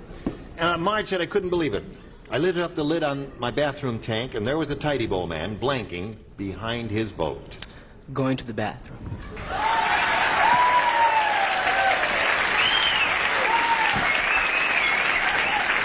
Well, I gotta say, he's going for broke. Yes, he is. Rick, in case this subject ever comes up again, the euphemism we use here is tinkling. Could you remember that? What do you say? I'm not having... Yes, maybe that is the sense of what I said. Tidying up. Yeah. You've never seen the commercial. Brett? Oh, I've seen that. I said he was doing the breaststroke or swimming. Or so swimming. there wouldn't be any confusion. Very good. I thought he was Naturally. going to say swimming. Very good. Oh, don't boo boo her. her. That's a good answer. Leave her alone there. Charles? It's a lot more genteel than swimming. To tinkling. Yes. Don't get my roses upset. I said water skiing. Water skiing is good, too. You do all kinds of things in back of that boat there. What do you say, Louisa? Well, I said the only thing he could possibly be doing behind his boat is what anybody always does behind their boat. Tinkling.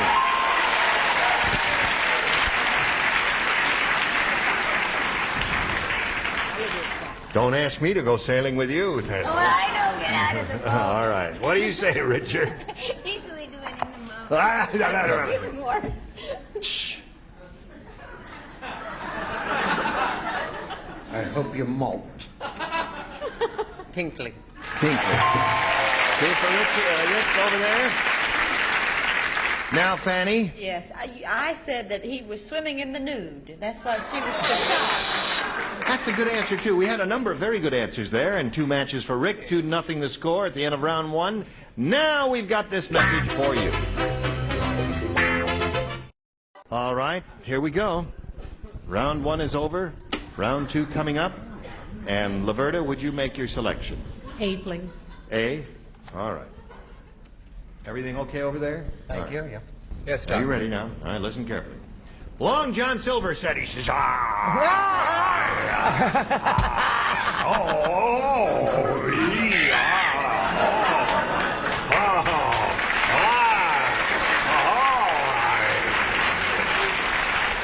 Okay, now finish your cards. I says, I will never forget the day I retired from piracy, for on that day me crew got together and they blanked me parrot. The day he retired from piracy, the crew got together and blanked me parrot. That's what Long John Silver said. Could you do it again more straight?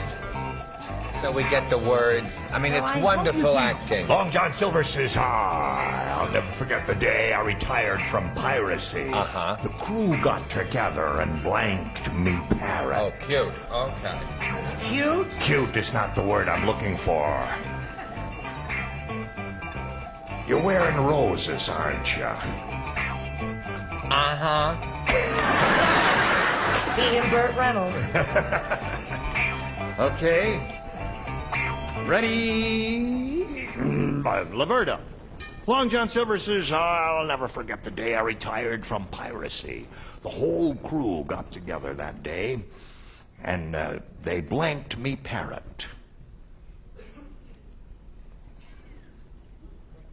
The crew blanked me parrot. She heard you. She's just confused like the rest of us. The day I retired from piracy, the crew blanked me parrot. Parrot, you know. Parrot. You know what a parrot is, Hugo? Plucked. Plucked me parrot.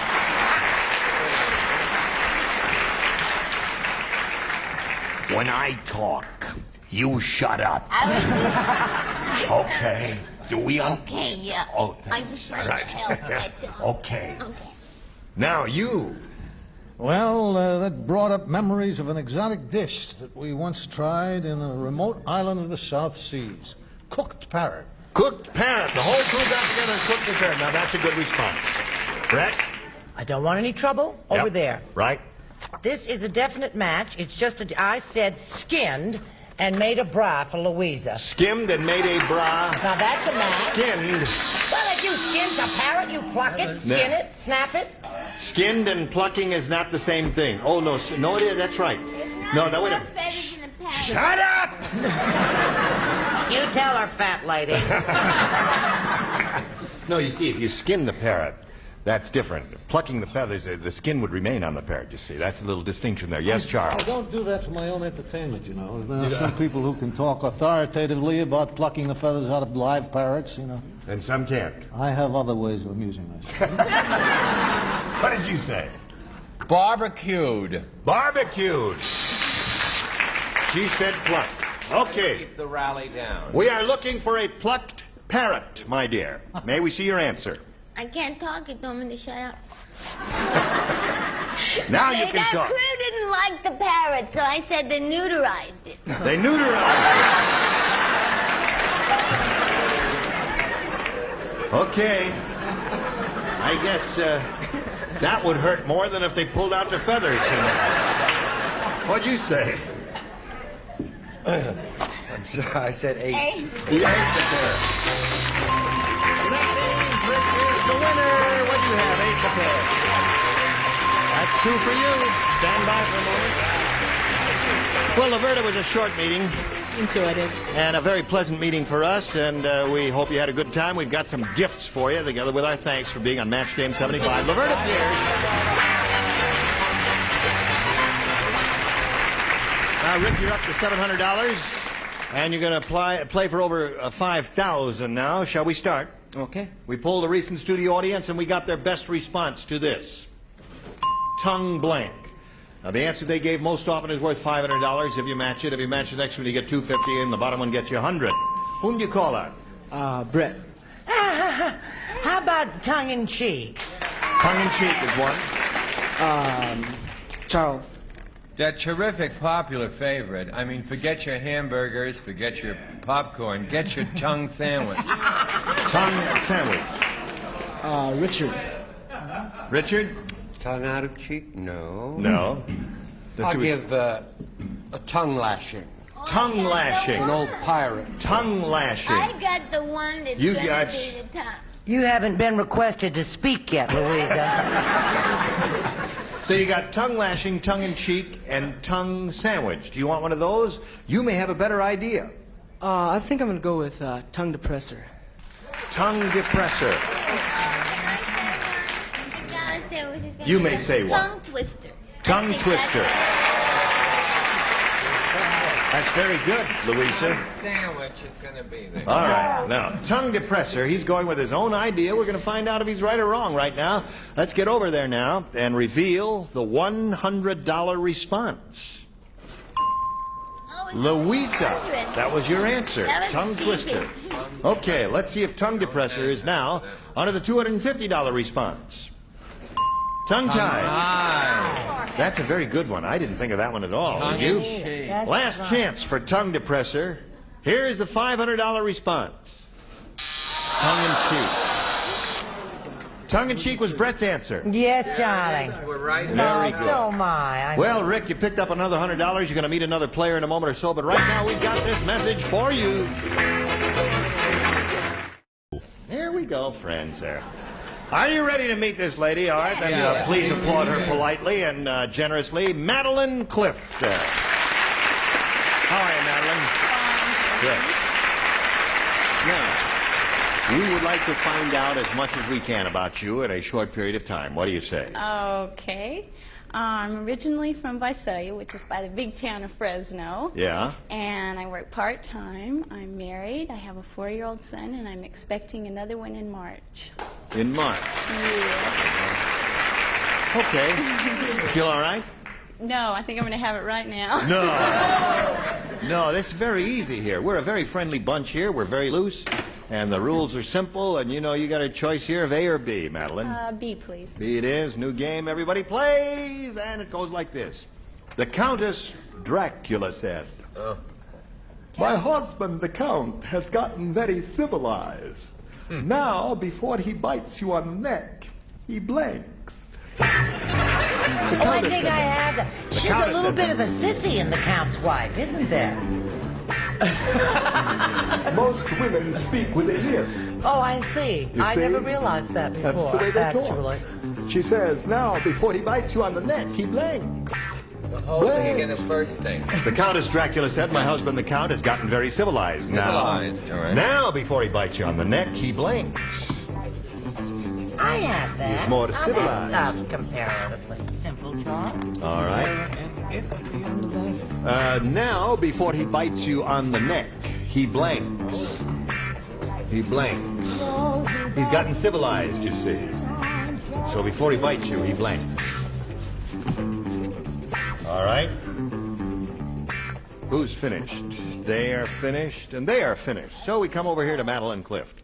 The Countess Dracula said, My husband, the Count, has gotten very civilized. Now, before he bites you on the neck, he blanks. Washes his face? he washes his face. That's a cute idea. Now, wait a minute. That would be a nice, polite, civilized thing to do. You know, like you.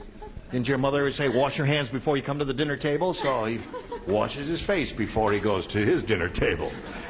What do you say, Big Eddie? My answer depends on a somewhat different interpretation of the reading than you gave it. You said, before he bites you on the neck, he blanks. And I say, it should be read, before he bites you on the neck, he belches. All right. You held it upside down, Big Eddie. Did I? Yes, yes, It's an upside-down belch. That's why he belched. He was upside down. What do you say? I say he comes over, he taps you on your little shoulder, and he said, asks. Yes, that's polite, yes. May I? May I? Charles. When he was a teenager, the first woman he bit was the Baroness Grace Lamarento. So out of respect, believe it or not, this will get a laugh. Out of respect to the Countess, Baroness, or whatever she was, he says Grace before. He says Grace. He says, I loved it. Yes. He says, Grace, may I bite you on the neck? Yes. No. What do you say? Before anybody bites you on the neck, you should always knock on your head. You know, you really are a weirdo. But cute. No, it's not me. That's right. Could I hear the question again, please? May I bite your neck? The Countess Dracula said, my husband, the Count, has gotten very civilized. Now, before he bites you on the neck, he blanks. He says, excuse me. Excuse me. What do you say, Fanny? I say before he does it, he said, I'm so sorry, honey. He apologized. So, sweet. wash his face did not come up at all. So, we're in the middle of round one. Your question will come along in a moment or so, but right now we got this message for you. 35 seconds to say goodbye. Bye. Say goodbye. Bye. Goodbye.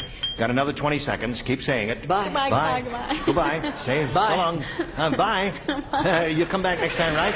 Okay, goodbye, Madeline. Goodbye, Rick, there. You got another 10 seconds to say goodbye. Bye-bye. Goodbye. Bye-bye. Goodbye. Friday. All right. Friday at 8 o'clock, I want you to watch Big Eddie. Bull, Friday at 8 o'clock. Here, Everybody go CBS. and watch. We got right on this CBS station. Gene Rayburn here. Match Game 75. Join us next time. Goodbye.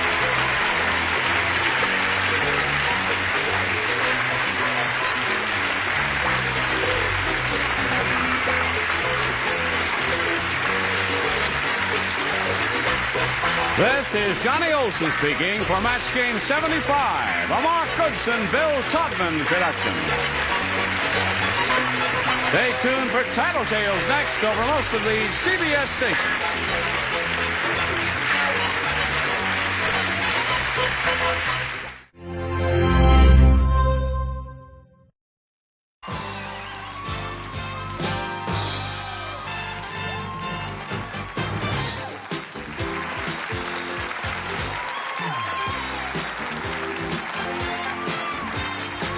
It's time for the all-new Let's Make a Deal, starring TV's big dealer, Monty Hall. Thank you very much. Thank you, and welcome to the all-new Let's Make a Deal. What an excitable audience, and of course, no one can take it easy around this kind of group because they're hot to trot. They're really full of fire. And as a matter of fact, I'm going to make a deal with you right now. Yes, Tommy Scott. Hi, Tommy. Hi. Nice makeup job you did. Thank you. Yeah. Punch me in the tummy. I'll punch you in the tummy. How are you doing? I'm fine. That's good. Tommy, it says, beam me up, Scotty. Is that something to do with the astronauts? Or, I mean, the Star Wars thing? Right. Star Trek, isn't it? Star Right. Trek. Right. And this says, Mickey Mouse. Well, you belong to everybody. You betcha. You belong to all these groups. Well, now that you're a groupie on Let's Make a Deal, okay? Okay. All right. I'm going to give you something that stretches into dollars. It's called a gift certificate, and who is it from? It's from Oscal Calcium. If your body isn't getting enough calcium, it could rob it from your bones. Oscal Calcium, your body needs it. Surprise you by asking that question? I don't want to surprise you, Brian. Everything's all right. This is called an expanding gift certificate because it starts with a number and it keeps expanding. It's larger and larger and larger. And whatever it's worth at the end belongs to you in cash, okay? Yes. Let's show her the first number, Brian, and see how much this gift certificate is worth. It happens to be worth $2, $25. And if there are more numbers after that, it could be worth $250, $2,500, $25,000, $250,000. Come on. All right. So do you want this expanding gift certificate, which may stop at 25, or make it larger, or do you want the box on the display floor that Melanie's showing us right now? Whatever you don't take, I'll give to the lady sitting right next to you. What, Melody? Okay, you're going to get the gift certificate, and I'll be with you in just a moment. So, Tommy, you wanted the box. You traded away the money. What's in the box for Tommy? And Tommy has got herself a lovely range and some cookware. And other appliances, too, I see. A beautiful gas range featuring self-cleaning oven and digital timing center. Offers waist-high broiler and oven, black glass oven door with look-in window, and fluorescent top light from White Westinghouse. It retails for $859.95. And for baking, Bakery's Bakeware gives faster golden brown baking results. Silicone-coated so baked items won't stick. Easy to clean, no scouring ever. Bakeries for easy baking. And to prepare the rest of the meal, the KitchenAid Food Processor Preparer. Chops, mixes, slices, and shreds. A versatile appliance with power and speed. Practical with quality KitchenAid. It sells for $439.90. This deal is worth $1,324.85. All right, that's a very good deal, Tommy. Thank you, my dear. You may be seated. You look great in that outfit. Everything matches. Now, who did I give it to? I gave the gift certificate to somebody whose second name is Benilla or Benia? Benia, Lori Benia. And the gift certificate is yours. And I want to show you that from $25, it gets to be a little larger because now it's up to $255, right? $255. And if there's more after that, wouldn't you like it to be higher? All right. So if you think it goes higher, stay with it. Otherwise, I want to show you curtain number 1 and part of what's back there. And it's finger-licking good chicken. And there's something behind that, too. Kentucky Fried Chicken and fresh buttermilk biscuits. You got a right to chicken done right at Kentucky Fried Chicken. We do chicken right. All right, there's something behind the chicken as well. So what are you going to do? Go for the gift certificate, which may end at $255, or the chicken and what's behind it? She thinks she's going to go for the gift certificate, hoping that there'll be more money after the $255. First of all, we'll see what was behind the chicken she could have had. Back of that chicken, waiting for Miss Benia, there happened to be Prospector and his outfit. That's a gold prospector. He's a sourdough. Look there, McKilty. There are other miners out there.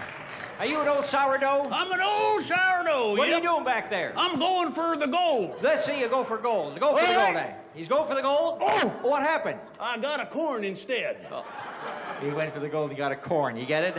You know, it hit his foot, and that's everybody's got to say ha ha ha, or else Brian's going to sulk a lot. Thank you, old prospector, and now we know a sourdough because the joke is just the same. $250 for this lady, unless there's more, and there is another zero, and she gets $2,550 in cash to Lori Bonilla. Congratulations to you, my dear. You going to spend that money all at once? Oh, you bet, you bet. What are you going to do with that money? I don't know. I'll find something. Oh, I know they always do. Well, we're going to give two people a chance. Not now, in just a moment. They're going to trade for exactly the same thing. We'll see how they do.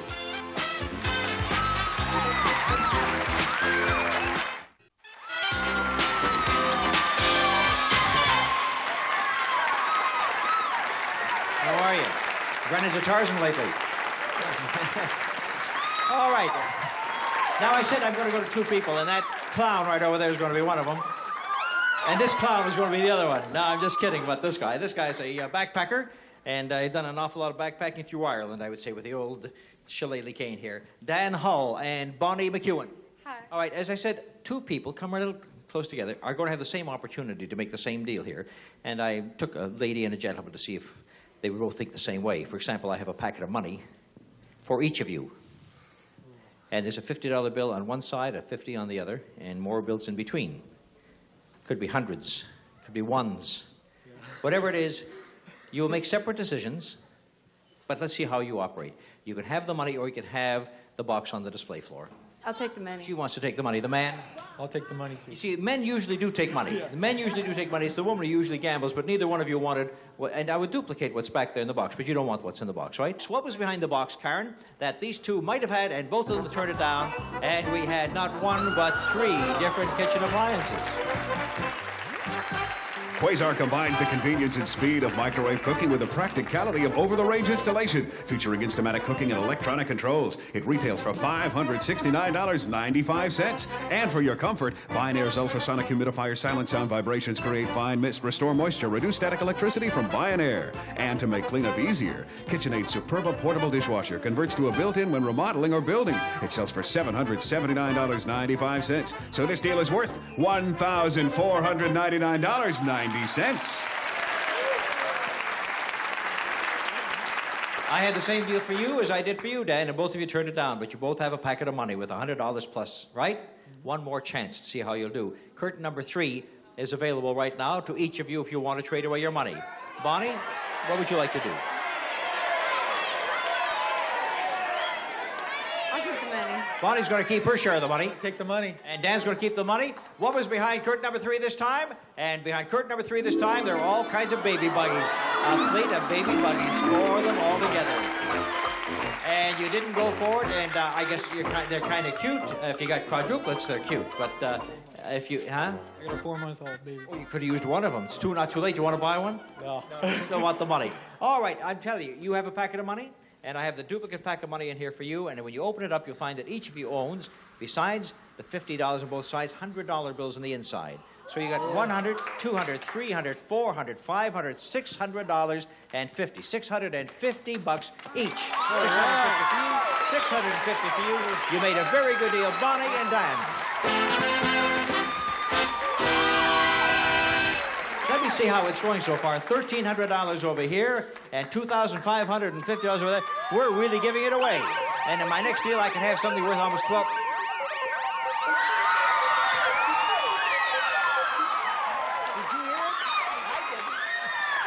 And that sound says that it's time for the exciting door number 4. It can show up at any time, any day. We never know when it's going to happen. Somebody's going to win instant $750 and have a chance to go for something at over $6,000. Now, our People Picker computer is flashing numbers from 1 to 36, and each of our traders is wearing a number from 1 to 36. Whatever number comes up, that's the one who gets $750 in door number 4. All right, the People Picker is ready to pick one of you at random. So, Karen, hit the button. Number 6. There we have the winner right over here. Number 6 is Kim Gibbons. Hi, Kim. Kim Gibbons. I have for you to start off with, is this a day for giving away money? $750. just for being picked by the people picker. $750. And now, here comes our dealer wheel. Right out from that curtain, and you've got $750. You can invest it in our door 4 for a chance to own this. Take a look at this. It's the Chevrolet Chevette two-door coupe. Features an economical 1.6-liter engine, AM radio, and reclining front bucket seats from Saab Chevrolet. With tax and license, it retails for $6,288. And here's the way you go for it. You can spend your $750. Risk it right now for one spin of the wheel. And you can see you got a chance to double your money or triple your money. And all around the wheel are all kinds of great things. As a matter of fact, there's a car in 2 positions that you could win. So it's double or triple. And cars available. Of course, there's some lesser amounts of money and a zonk because you're risking $750 if you want to go. But you can keep the $750, no questions asked. What do you want to do? I'm going to spin. She's going to spin. Take it up at the top, give it one good spin, risking $750. Give it a whirl. And now let's see what happens. Everybody keep your fingers crossed. Hope that she comes up with a car. All right, now it's starting to slow down. We just passed the double, passed the zonk, passed the car, passed the triple, passed the 3,000, passed the double, passed the 1,000, and ends up with $200. Everybody say, oh. But those are the risks you take. That's okay. Those are the risks you take. You got $200. Of course, if you'd have gone one more square, you got a zonk and got nothing. But you still end up with a couple $100. Thank you, Kim Gibbons, for playing our exciting door number 4. Coming up, new mathematics. 1 penny equals $12,000 right after this.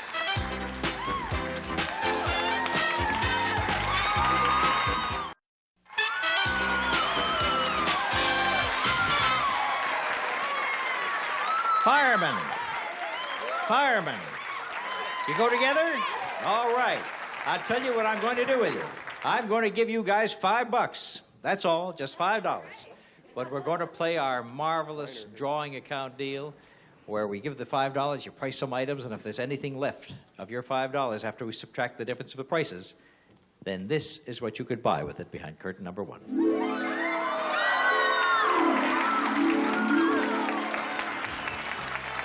Mazda's high-performance road car, the 626 Sport Coupe. Standard features include 2-liter overhead cam engine, front-wheel drive, and a patented independent rear suspension. From Mazda, it lists for $11,205, but we're adding tax and license for a total value of $12,149. $12,000 car waiting for you. Is that all right with you, Kathy and Scott Freeman? Yes. All right. And if you win the car, which one of you gets to drive it? I do. I do. Of course. I do? Well, I'm the captain. You're the captain. But she's the general. And don't you forget that. Okay, now here's the way we play the game. We're going to price some items. We're going to describe the item. You're going to give me the manufacturer suggested retail selling price on the West Coast. Then I'm going to take your price and the real price and subtract the difference and take it away from your $5. We'll do that 4 times, and if you have anything left of your $5, the car is yours. Okay? So here we go with item number 1. Brian? Cup of Noodles is the soup you enjoy right from its own cup. Add hot water, and it's ready in 3 minutes. Cup of Noodles from Nissin Foods. Talk it over between you, and then give me a price. And I'll show the folks at home how this works. 79 cents. 79, he says, because he's the general. The actual price is 69, so you missed it by 10 cents, right? The 10 cents that you missed it by is now deducted from your $5. You now have $4.90 to work with. Item number 2. It's a 21-ounce box of Success. The boil and bag rice cooks in 10 minutes. No measuring, no mess. Once you've switched to Success, nothing else will do. $1.89. $1.89. The price actually is $1.75. Good guess. You missed by 14 cents. Take that off the $4.90. You got $4.76 left. Okay? $4.76. Now here we go with item number 3. A 12-ounce can of Touch and Foam instant installation for saving energy dollars all year round. Without any help from the audience, Scott's looking at it. Now, Kathy, have they decided on a price? $3.59. $3.59. The price is $7.85. You missed by $4.26. Oh, that really hurts me because you only had, what, $4.76 to work with. You only got 50 cents left. You've only got 50. Oh, that's going to make this so tough. Oh, but listen, you're still in the ball game. You're still alive, but you have to guess this one within 49 cents because you've only got 50 to play with.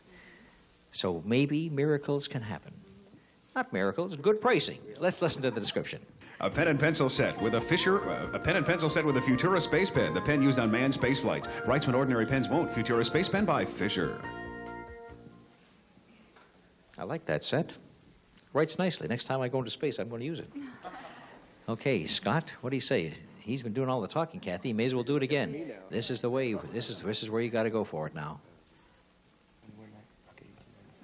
1895. 1895. Before we turn over the price, you know what I like to do? And let's make a deal. Offer you a sure thing to call off the deal. It's behind door number 2. Take a look and see if you want to call off the deal after you see this kitchen.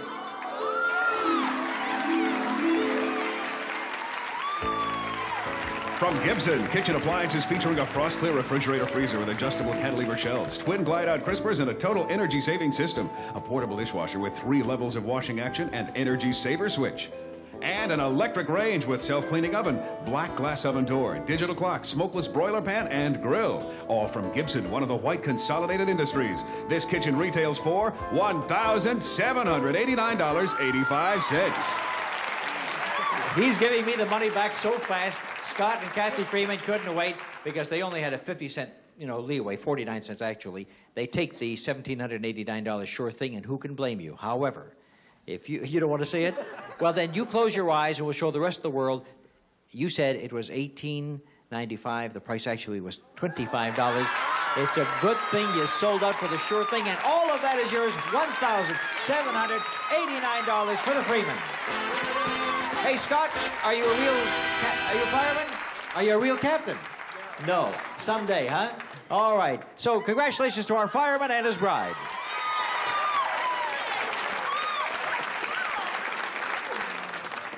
I say, Brian Cummings, are you within earshot? Yes, I am. Would you mind telling me the extent of the big deal today? The big deal today is worth $8,763. $8,763. I go back to 2 of our traders. See if they want to risk what they've already won. And today, there's been an awful lot of money won today. So we'll see if these people want to risk what they've won for a chance at the big deal. Now, Lori Bonilla has $2,550 in cash. Do you want to buy a big deal? I'm going to keep it. You're going to keep it for your little baby? All right, who can blame you? Keep the money and enjoy it. The fireman and his wife have a kitchen worth $1,789. You going to trade it in? Well, that was a short-lived vacation in the kitchen. Or as they say in England, a short-lived. All right, so the Freemans are going to go. Tommy Scott has also kitchen appliances worth $1,324. Where's Tommy? Oh, you were right down there. What are you going to do, Tom? You betcha. So we got the 2 you betches, and we'll be back with the big deal right after this.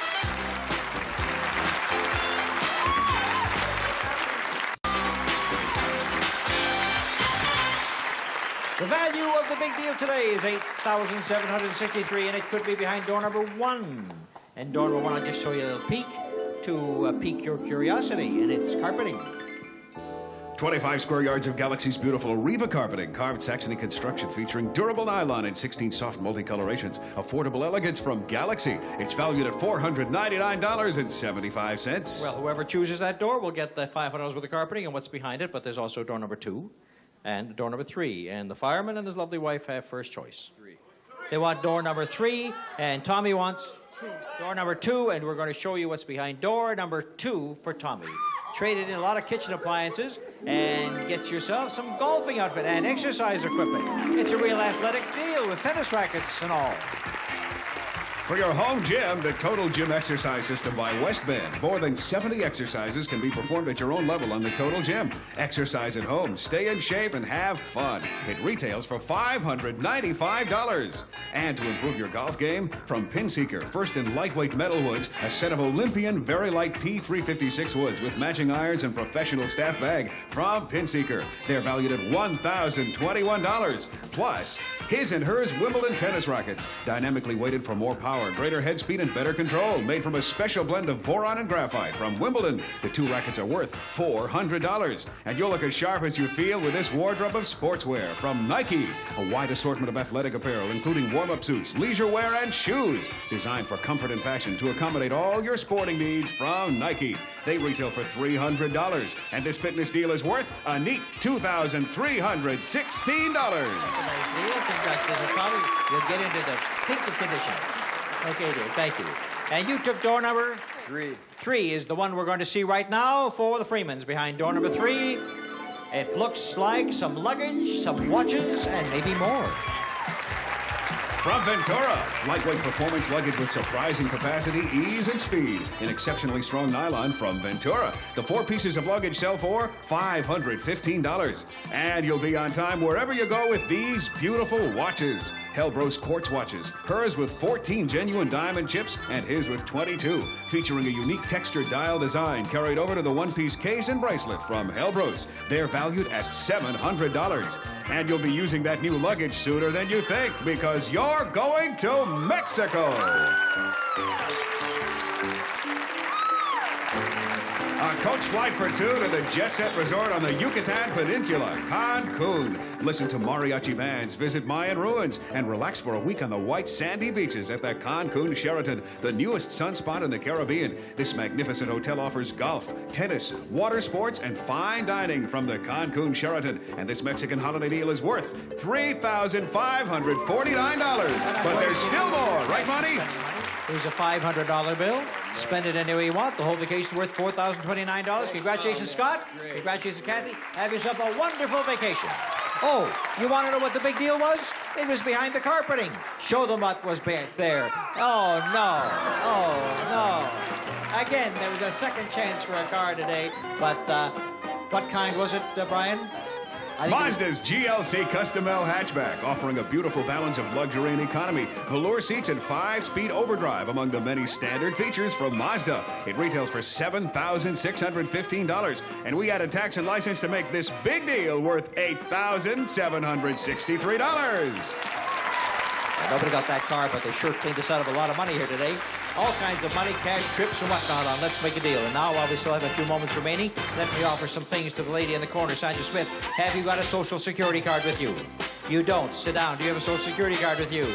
If you do, it's worth $50 and more in just a moment. Do you have one? You must carry it at all times. Where is it? While she's looking for a Social Security card, I'll ask you for a stamp right now. If you have a stamp, I'm going to give you $100. If that stamp is on top of an envelope, I'll make it $200. If the envelope has an address on it not the all-new Let's Make a Deal is a Stephen Ayers Monty Hall production in association with Here it is. Telepictures. It's not an envelope, it's a stamp, and it's on something, so why don't I just compromise and give you $200, Debbie the Paul. Congratulations. Beautiful young lady.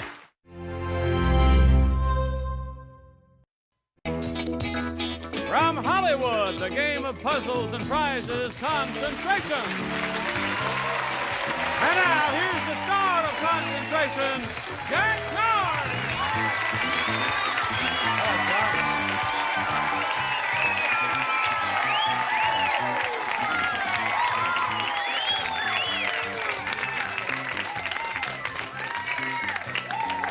Now, I think I know how Custer must have felt. Wow, thank you. Whatever that meant. I hope it was a friendly yell. And hi at home, welcome to another edition of Concentration. We have a couple of ladies who look like they're very eager to play the game for you today, and you play along with them. Okay, Karen Hughes and Jane Snegeroff are here. We're going to check in with you first. Karen, tell us about you, please. Well, I'm a housewife, and I have a husband that spoils me rotten. How lucky can you be? I have a 4-year-old daughter and a boy on the way. Oh, you're sure, huh? Well, I hope so for you, too, Karen, if that's what you want. Thank you for telling us about you. Good luck on the show. Hiya, Jane. Hi. How are you today? Fine. Good. Tell us about Jane Snegeroff. I just moved here from Hawaii in May, and I am the advertising production manager for 2 motorcycle and a car magazine. Mm-hmm. From Hawaii. Which island? Honolulu. Honolulu, Oahu. Mm-hmm. Well, aloha and good luck. Thank you. Thank you, Jane. All right. Our first game will be one of our regular concentration games, and we will start it just as soon as Johnny O gives us a head start.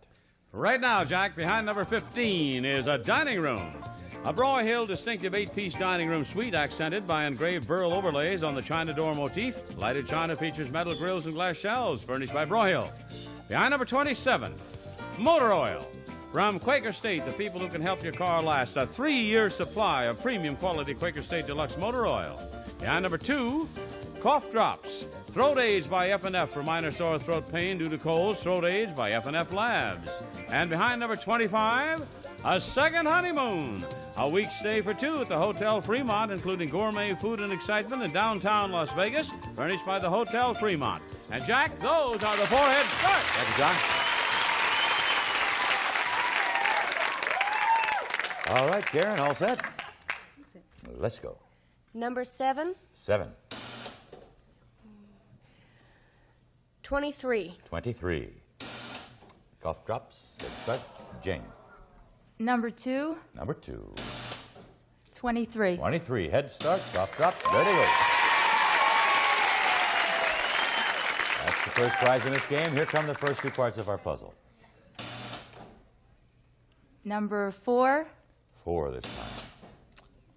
27. 27. I think that was it. Yep. Head start. Made it off. Writing good. Obstacle with you are familiar. Now, it's up there. 2 more parts of the puzzle for you, Jane. 19. 19, a dishwasher. 21. And 21, encyclopedia. Now, Karen, let's get some prizes, huh? Number 11. 11. Number 15. 15, the dining room Head Start 3 and 4. Good. Fine price. It's on your side, and now we have 2 parts to show you. Number 25. 25. Number 30. 30. Lamps, no match. Now, Jane, we're going to let you call 2 numbers right after we take this time out for these words, then we'll come back. Our game now, and Jane, you were just about to give us another call. 14. 14. 30. And 30. Yes. Very good. It's a very beautiful assortment of lamps. And Jane, they're on your side. We have some more puzzle to show you now. 20. 7. Nope, bonus. All right, Karen. 17. Gold flatware, nice. 9. And 9. What do we have there? A bonus number. Oh, Jane. 7. 7. 9. There you go. A little help from Karen. Well, let's show Jane these 2 parts of the puzzle, then come back and she calls 3 for us. 12. Number 12. 28. 28. Now call that 3rd number, see if you can match that. 24. 24. No field glasses. Okay, Karen. 19. 12. 12. There it is. Hey, those are 2 beautiful prizes, dining room and dishwasher. Hope you win them, and you will if you solve this for me. 2 parts of the puzzle for you, Karen.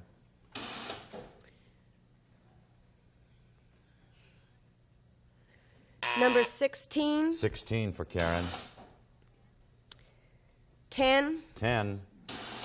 No, that's ice cream maker. Okay, Jane. 25. 25. 8. Karen? 28. 28. Let's see. Well, there's another wild card or whatever. 16. 16. Back over there. Go. To Jane. 24. 8. 8. Field glasses. Right. All right, we'll put that prize up on Jane's side of the board. Everybody take a look at these parts of the puzzle now.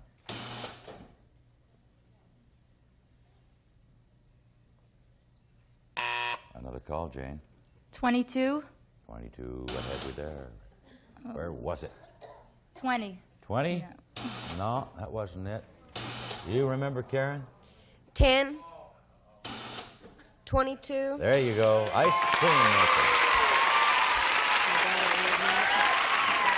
3 prizes, and they all go well together. Karen, let's show you some more puzzle now. Setting the record straight. That's it. Yeah. That's it. Good, good, good. They're very compatible, those prizes, aren't they? Dining room, dishwasher, ice cream maker, and you're going to have a chance at that new car right after we turn the rest of this puzzle around, and I'll go over and read it out for you. Incidentally, Karen, $1,439 worth of prizes up there for you. The first three symbols we run together because of the pluses, the S, the head, and the ink for setting the record, S, tray, T, straight. Setting the record straight. All right, Karen, join me now. We'll take that first trip on this show to the double play area. Two puzzles. The first one, $100, will be added to your prizes. The second one will give you a car like this one, and John will tell us about that now. John, Right, please. Jack. It's the Chevrolet Chevette four-passenger car that's roomy, solid, and comfortable. The Chevette, furnished by Chevrolet. Okay, Karen, we'll set our timer for you now. Somebody on your side up there. Win the car, Karen. We all hope she does it. There are your 10 seconds. We'll show you that $100 puzzle right after we show the answer to our friends at home who want to look. Up there, cover your eyes. That's it. Okay. Hey, that didn't take long. Here we go. This is for $100. Good luck, Karen. Here's the puzzle. Go. The middle has the glove till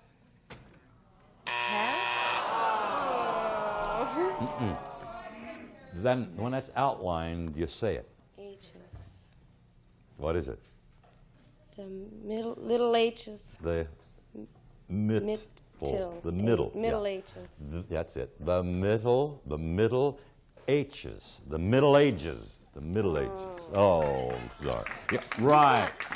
Either she or Jane will. Don't go away, because Johnny's going to tell us about the prizes you won. Want to listen? Okay, John? All right. Now, Karen, you won the Sultan ice cream machine that makes 1 quart of ice cream, sherbet, or ice milk in just 1 hour in the freezer compartment of your refrigerator. No rock salt or ice needed. Furnished by Sultan. And a deluxe 6-cycle Continental dishwasher with push-button controls, power soak cycle for pots and pans, and solid cherry cutting board furnished by White Westinghouse. You also won the dining room. And congratulations from Concentration. We'll have our second game for you right after these words. Karen and Jane, our next game is our free look game. All right? We'll start it after we get another head start from Johnny O. John? All right, Jack, behind number 6, we have a washer and dryer. A deluxe Speed Queen washer with stainless steel tub, 2 automatic wash cycles, and bleach dispenser, plus a matching dryer, also with stainless steel drum, both furnished by Speed Queen and McGraw-Edison Company Division. Now, behind number 22, soup mixes. Maggie, one of the world's most popular bouillons for soup, stews, and casseroles, and even drinking. Take a Maggie bouillon break today. And behind number 10, Home Fix-Its. An assortment of epoxy bond adhesives featuring hand moldable epoxy, the epoxy putty you can shape in your hand, epoxy bond, the powerful adhesives. And behind number 25, refrigerator. Amana's exclusive ESR 16 energy-saving refrigerator with 3 inches of urethane foam insulation in the cabinet walls, utilizing far less electricity, made and furnished by Amana. Jack Nars, those are the 4 head starts. Okay, John. Good price. All right, now this is our free look game. Behind 4 of the numbers are cards which say free look. If you turn one around, we stop everything, give you a free look and a free guess as to the answer. Jane, start us, please. Number 9. Well, right off the bat. A little early, doggone Yeah. it. Well, let's take a free look anyhow. Well, we know what that is. How about a call now? Number 13. 13. And? 23. 23. A bonus number. So now we show Jane 2 more parts of the puzzle. Here they are.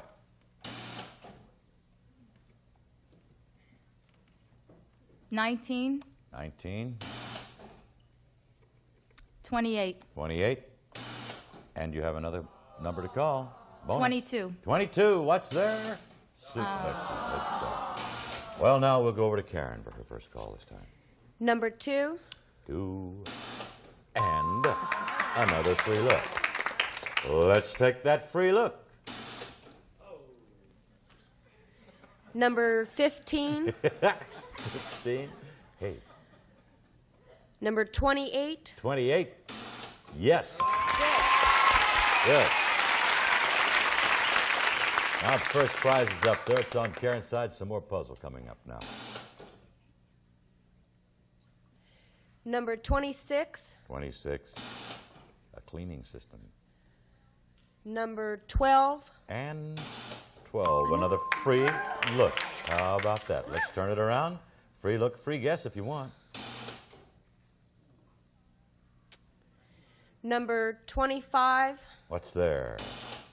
Refrigerator Head Start. That's right. Hello, Jane. Number 4. 14. 14. Wild card. So we now put the kitchen appliances up there on Jane's side and show her 2 parts of our puzzle.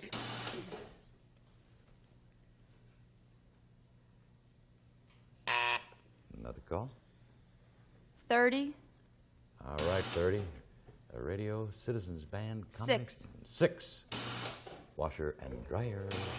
Oh, Karen. Oh, wait till we get number 6 around. There we go. All right, now. Number 11. 11. Number 27. 27. I take no match. Jane. 25.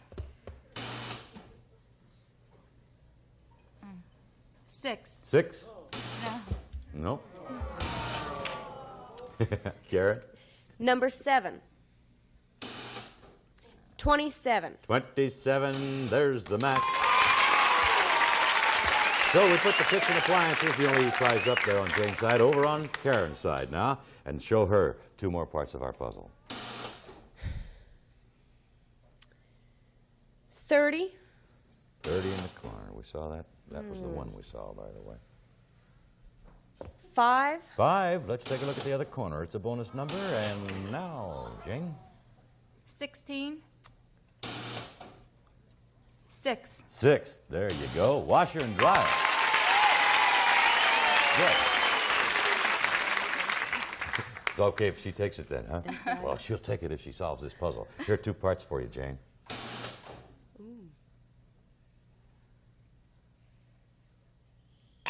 Another call, Jane, please. 17. 17. Where was it? 29. 29. Well, there's a free look. All right, this might be important. Let's take this look and also a guess, maybe. I already knew that. Now call another number for us, Jane, see if you can match that. 26. 26. I think that's it. Yeah, cleaning system. All right, there are 2 beautiful prizes up there for you, Jane, if you can solve this. These may be 2 very important parts of this puzzle. Let's take a look.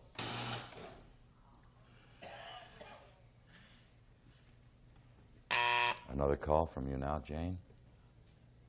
1. All right. 30. 30 in the other corner. Radio CB combination. Now we're going to Karen for a call. 8. 25. Aha! Yes! Refrigerator, Head Start. Nice prize. 3 beautiful prizes for Karen. If she can read this, this may do it. Here are 2 parts for you. Take a load off your feet. Right. Yeah. Had a hunch that might be just enough for you. Well, Karen, you have just won over $1,000 worth of prizes to add what you won in the first game. Nice going. 3 beauties up there, and you're going to have another chance at that new car in a very short time. Right now, in proper order, we will turn around the rest of the puzzle. I will stumble over to the board and read it out for you. T plus the hay and the K for take, K, L plus the O and the D, load, take a load off, Y or your feet. Take a load off your feet. Put a load on your feet. Karen, stand up, please, and we'll take a little walk over to the double play area. And let's see you do it this. Sure. We're going to keep doing it till you get it right. Wish we could do that. All right. 2 more puzzles are ready for you, but right now we're going to set our timer, Karen. There are your 10 seconds, and we'll be showing you that $100 puzzle in just a few seconds, but first we have the answer for you at home. Alrighty, they know. Here we go. Good luck, Karen, for another $100 in cash. Here's the puzzle. Go. The Dead Sea Scrolls. Right. Right out.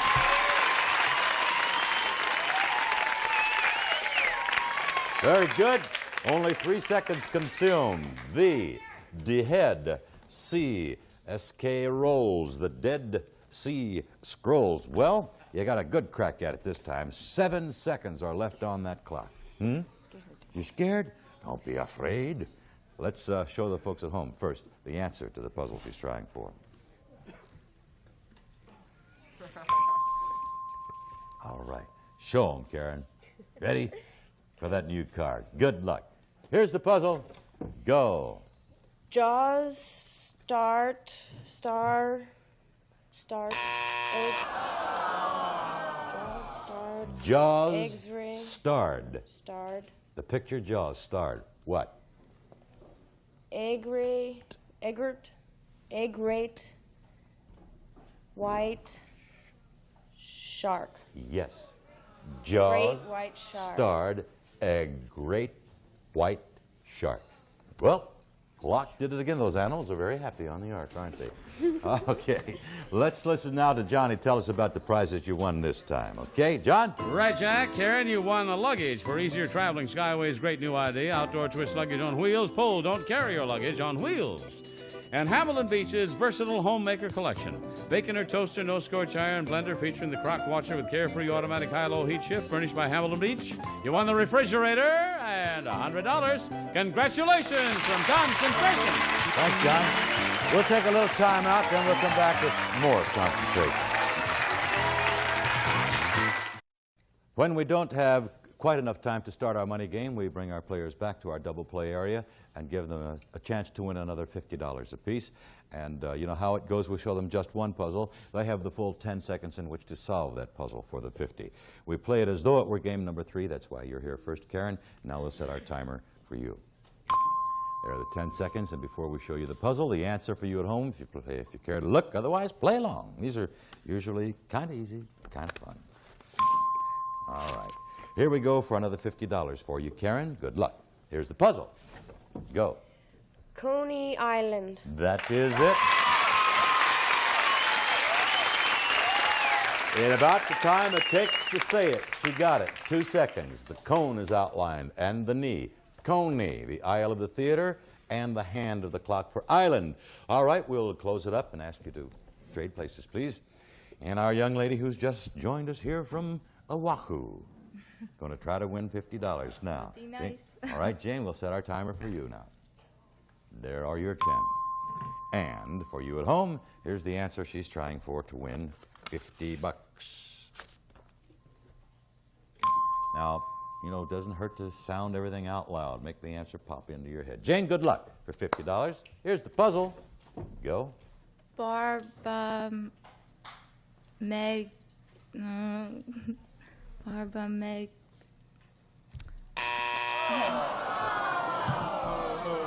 Really? Really? Oh, I'm so sorry. This is a what? Barbara. Barbara. Now, see the pluses? Barbara Megan Hare. Huh? Who? Barbara McNair. Yes. Oh, that's a shame. I'm sorry about that. Tell you what, Jane, Karen, I'm going to ask you to go back to your desk now. I'll join you there in a very short time. Okay? Barbara McNair. Jane, I'm sorry you didn't win anything on the show, but we do have some gifts for you backstage. Much aloha. Thank you for being here. Karen, over $2,600 worth of prizes in cash. Congratulations. And now until next we meet on Concentration, this is Jack Narsing. So long. See you then.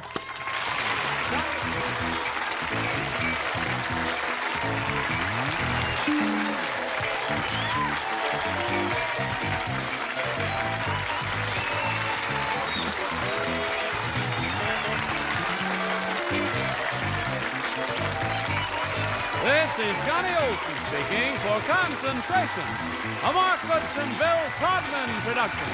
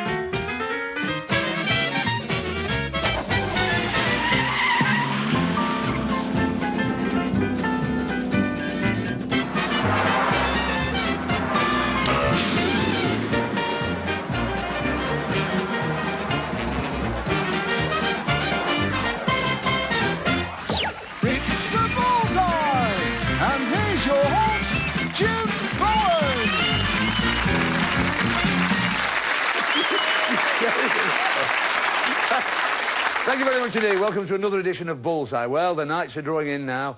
Getting darker earlier, isn't it? I'm glad the gardening season's finished. I'm terribly unlucky with my gardening, you know. Last year I was laying a lawn and I put all the seeds down for the lawn, and to keep the birds off, I put one of those models of the Incredible Hulk on the lawn. And it got eaten by a greenfly. Then I tried peas. I wanted some lovely juicy peas. So I got the best peas I could buy, you know, from these seed shops, and laid them all out in the lines. And then when I put them down, I got 2 tons of best quality canes. Beautiful canes. I laid them up, took all the canes in. Took me hours and hours, and at the end of the day, I didn't get any peas at all, nothing. But I got the best bamboo shoots in Cumbria. Let's see if we're on song tonight as we play Bullseye. Give our contestants a nice round of applause.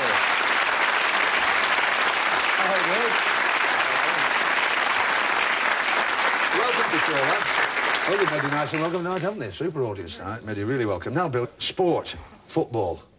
Tell us the tale. Listen to this at home. You won't believe this. Go on. I used to play football, in fact, too much football, which caused a bit of friction at home with your good wife. All weekends, etc. Yeah.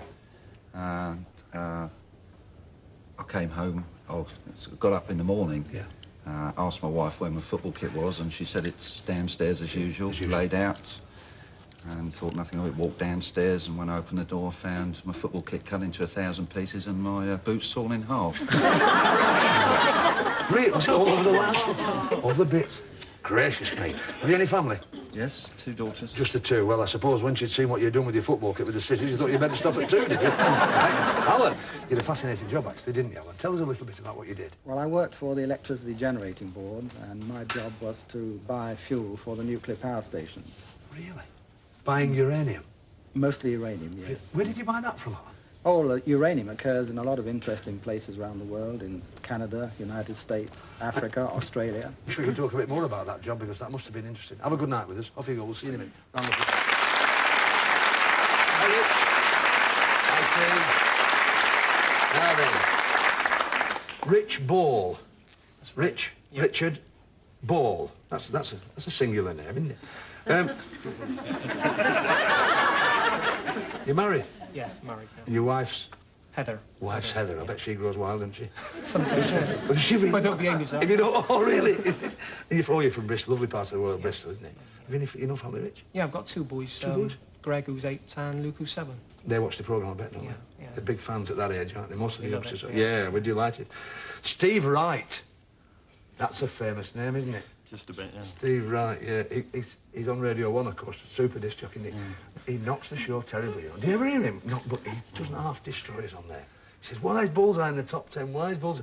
And I love this programme, I don't know why. Because I shouldn't really listen to it, should I? If he knocks us like that. Shouldn't do. What, tell us about your job, Steve. I'm a service manager for a photographic company. Yeah. Now, tell us about that. I mean, photographic equipment, is it? Yes, it is, yes. It's, and you import it? Yeah, that's right. It's Japanese equipment. Yeah. It's a UK subsidiary of an American company. That's owned by an Australian company. It's owned by a New Zealand company. You really? Yeah. Very good, that. I hope you're less confusion with your answers to the questions tonight, Steve. Have a good night. Off we go. Give her a round of applause, Steve. Hi, Dave.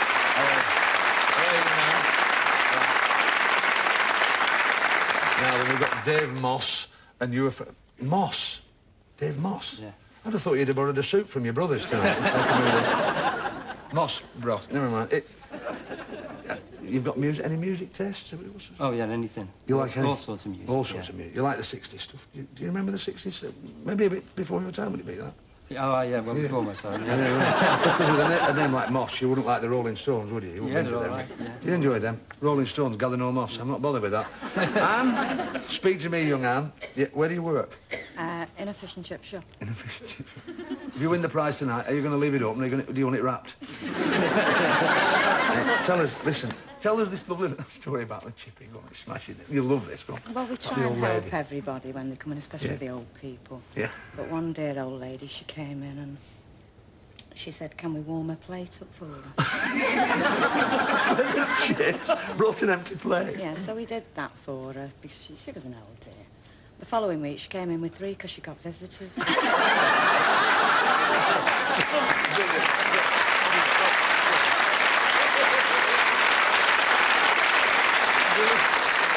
Really dear, dear. Great, that. Let's get on with the game. It's Bully's category board there. 3 plates. I think that's wonderful.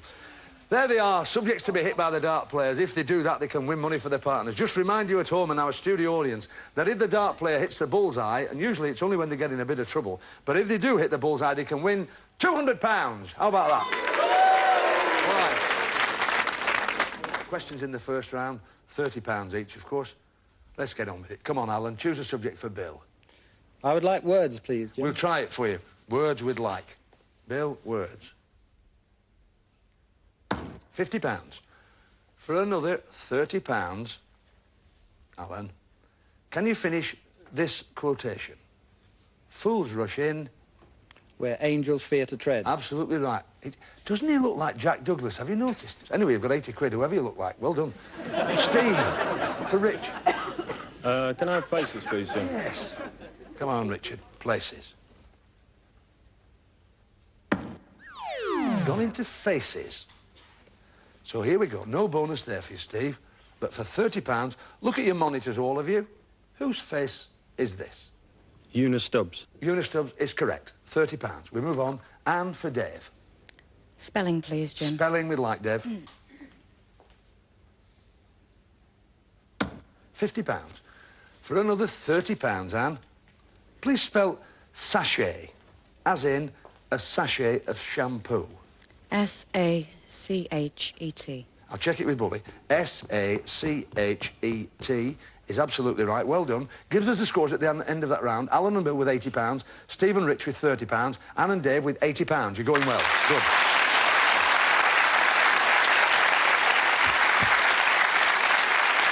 OK, round 2 here. £50 a question this time, and the subjects that are lit, they're the ones you can choose. Here we go, Alan, again for Bill. I'd like to choose places, please. We'll do our best for you. Bill, places, Alan wants. £50. For a further £50, Alan, the United States Defence Department occupies the largest office building in the world. What is its name, Alan? The Pentagon. The Pentagon is right. Gets you a further £50. Steve, for Rich. Can I have history, please, Jim? We'll try it for you. Come on, Rich. History we like. £30. For another £50, Steve. History. In the early 1960s, in which 2 countries did the OAS run a campaign of terrorism opposing independence? Algeria and Morocco. I can offer it. And I can offer it to Alan, whose light was on. Sorry, I was going to say Algeria. In fact, Algeria and France. Right, we move on, and we're looking now at Anne for Dave. Showbiz, please, Jim. Showbiz we want. Come on, Dave, let's see if we can get you in on the act. £50. For another £50, Anne, which actress was the female star of the film Bonnie and Clyde, Anne? Faye Dunaway. Faye Dunaway, no problem. You are looking good. £180 for Alan and Bill, Steve and Rich with £60, Anne and Dave with £180. Good, well done. OK. Round 3 of this part of the game. £100 a question now, so still with these scores, any one we can lose. £100 a question, and pressure's on the dart players. Alan for Bill. Affairs, please, Jim. Affairs. Come on, Bill. £50. For another £100, Alan, which former Secretary-General of the United Nations was elected President of Austria in June 1986, despite accusations of wartime Nazi collaboration?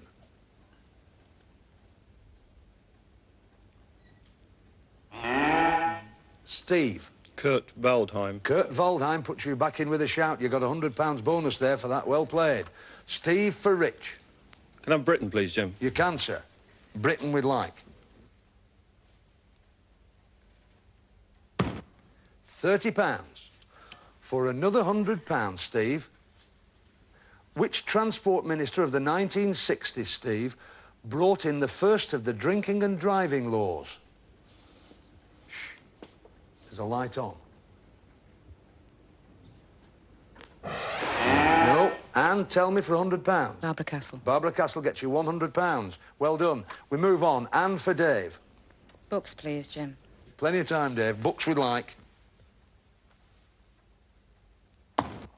£50. For another £100, Anne, you didn't sound too confident when you said books there, Anne. Listen carefully to this. Who wrote the book Born Free?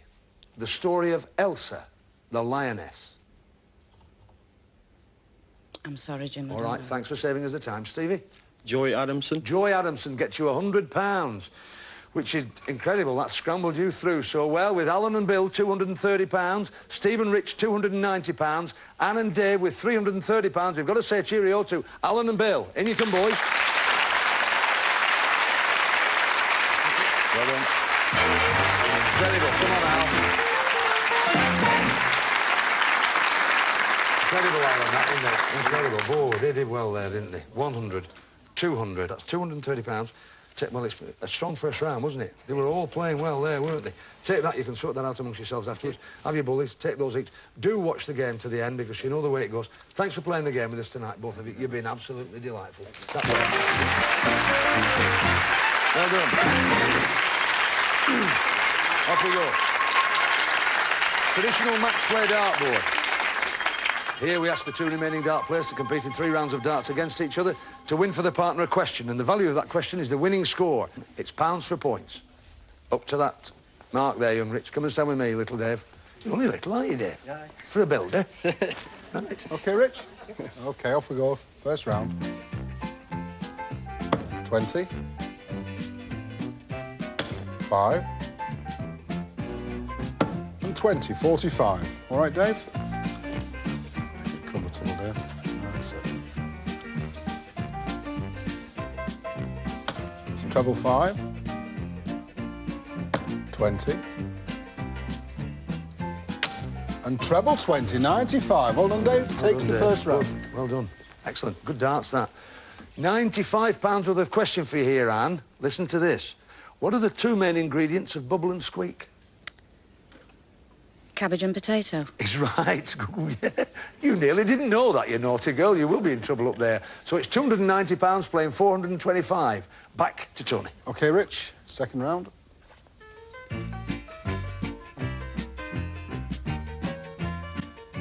Treble 5.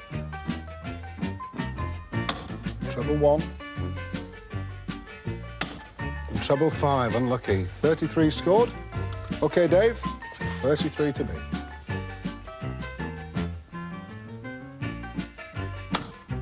Double 19.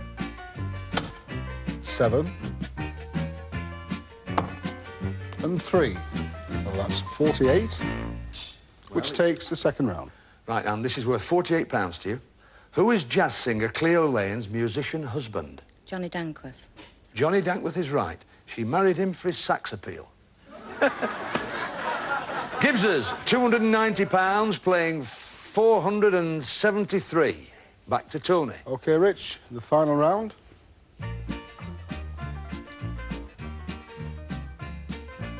Treble 20. 20. And 5, 85. All right, Dave, 85 to beat.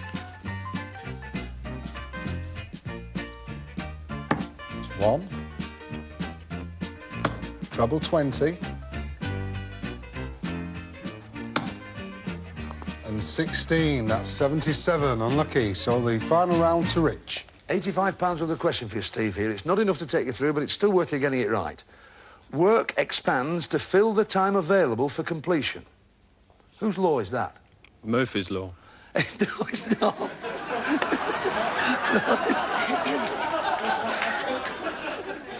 And you can have £77 if you can tell me. Churchill. No, it wasn't. Parkinson's law, actually. It was quite a semi-serious law. Never mind, we've got £290 playing £473, so, well, we've got to say cheerio to Steve and Rich, but they're taking away nearly £300. Give them a round of applause. Well done, boys. All right. Boys, there are your tankards. Take those with our compliments. There are your bendy bullies, and, of course, your darts. You need, in fact, £290. It will take me just about 2 minutes to count this out. We'll see you back on the hockey in a couple of throws. 100, 200... Well,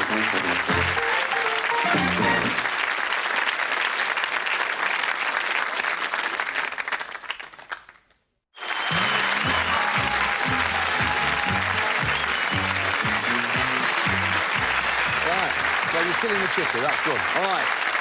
Did you think you'd get to this stage? No. You really didn't, did you? I know we were talking to you, and you really didn't. We're proud of you in the chippy, won't they now? I hope so. It'll be large portions, won't it, this weekend when you get... If the boss isn't looking. If the boss is not looking, is that right? Well, you can relax for a second now, because it's bronze bully time. 301 or more we'd like our professional dart player to get tonight, and if they can do that, we'll double it. It was done last week by a very lovely lady, Maureen Flowers. This guy will want to know about that because he's one of the best in the business. We think the best. Please welcome, as he throws for charity, Eric Bristow. All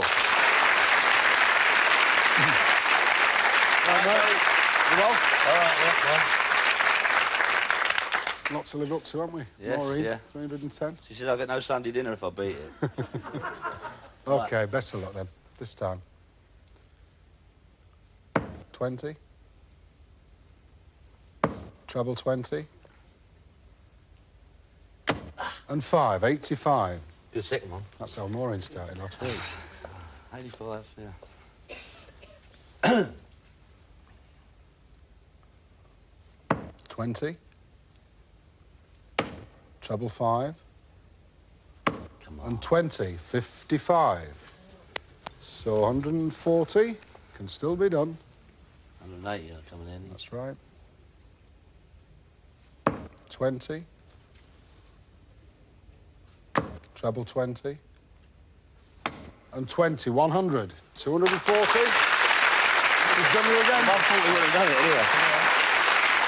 That's good, yeah. All right, that's good. Thanks, Eric. All right. Now, I'll get me Sunday dinner after all. You might just get your Sunday lunch. She did well last week. She was marvellous. We were over the moon about it. It was tremendous. Listen, we said we came to see you at the club and that. You're doing well there, aren't you? Yeah, it's very nice, Yeah, it's a lovely place you've got there, isn't it? Marvellous. £240 there for charity, Anne. Are you going to tell me about it, Dave? You tell us, Anne. It's for research into meningitis to go to Alder Hay Hospital in Liverpool. Yeah, so there's been a few problems out there, haven't there, with that? Yeah, well, Yeah, that'll go towards it. My granddaughter. Your granddaughter was... So you've got a personal involvement there, and that's super. That'll go, courtesy of Eric. Eric, we saw that lovely snooker room you've got in the club there. You've got loads of trophies in there, everything in the business, haven't you? I mean, there can't be any trophies left that you need, can there? Well, there's a few. Maureen's going to bring the bully home. And also, I've been here only 7 years and I haven't got one of your goblets yet. You've never had a tanker? No, never had one yet. Well, that's Because not you're fair, tight. is it? We're not tight, are we? Oh, you give everybody else no part. I'll show you how tight we are, Eric Bristow. Yeah, Take tight that and back all. and put it in your trophy room. Thank you very much. Thanks Jim. very much. Always welcome.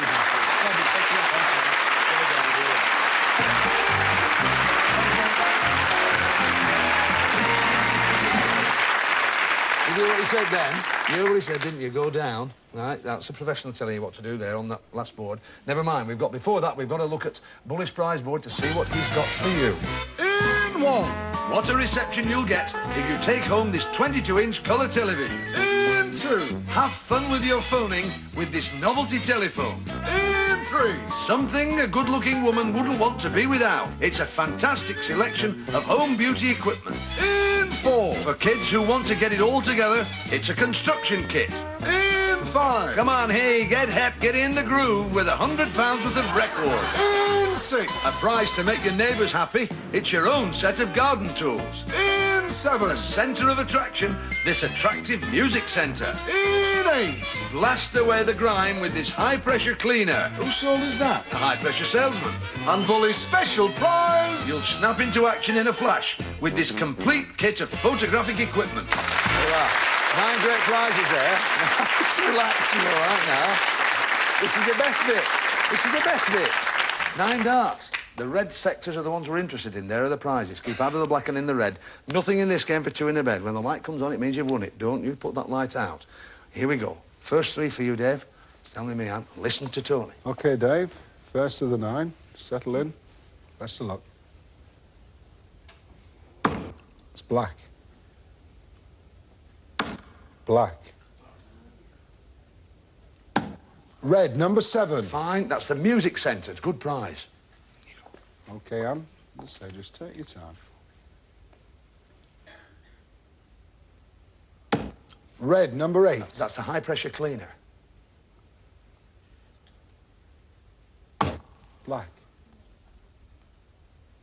Red, number 5. Well done. That's £100 worth of records. That's fine. Still 3. You're all right. Well done. OK, Dave, 3 to go. Remember what's gone. Red, number 1. That's a 22-inch colour telly. Now you're going well. Red again, number 2. That's the novelty telephone.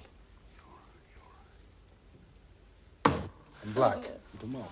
You've done very, very well. Let's have a look at what you've won. You've won the 22-inch colour television, the novelty telephone, £100 worth of records, the music centre, and the high-pressure cleaner. You've done very well. You've all the time in the world. Relax. You won't get it wrong now. That's right. Very, very good. You've won £473. Whatever happens, you're taking that home. The £240 is off to your hospital, Alder Hay. I know it well. That'll be away at the end of the programme. The prizes you've won, 5 of them. Would you like to gamble those prizes against tonight's star prize, which is hiding behind Bully? 101 or more in 6 darts. Anne would go first, and then Dave. You've got the time it takes the board to revolve to tell us what you'd like to do. The audience will help them. Come on. What do you think? Gamble? Come on. What do you think? What do you think? Well, no. Well, I can say nothing now. Tell me. Well, we've had a smashing day, and we've got some lovely prizes, and we're going to take them and run.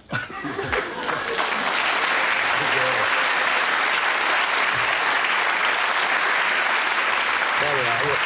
Lovely goblet for you there. All right. And there it is, £473. I get so much stick walking around the country when people say we've had a smashing day, but you really do have a good day, don't you? Yeah. You never forget it, will you? Never. And we will never forget having you on here. There's your money, and there are your bullies. Your prizes, we'll send them off to you at the end of the programme. All the best. All the best. Nice to see you. Off you go. So long. Right. Stephen Richard with £290. Let's see what they're going to do with that money. Stephen Richard.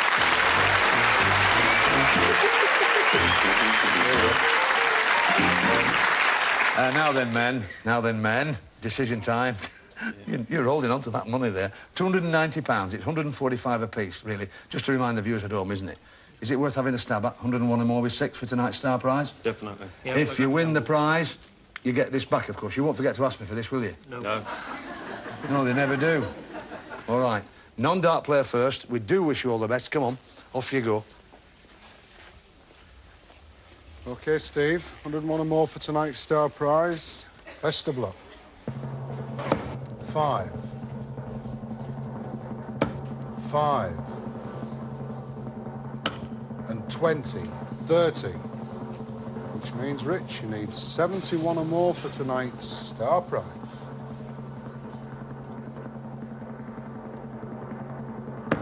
20. 20. Oh, unlucky. 20 with Boys, a bastard, Rich. I've got to show you. Have a look at what you would have won. Just have a look at this. There you go. Any more. Boys, it's a superb Peugeot 205. Could have been yours tonight. Really is a delightful prize. We'd have loved it to have gone to because it really is an absolutely smashing prize. But at that sort of figure, 145 quid a piece, you were probably... I know you probably won't think so now, but you were all right to have a go. There's a lot of money there in that prize, isn't there? We're delighted to have had you on the programme. They were hits with us down here. Thanks very much for watching Bullseye. Thanks for seeing the Governor again, Eric Bristow. £240 for that hospital.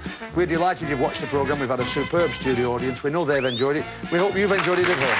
Watch us on Bullseye, because you can't beat a bit of bully. Bye!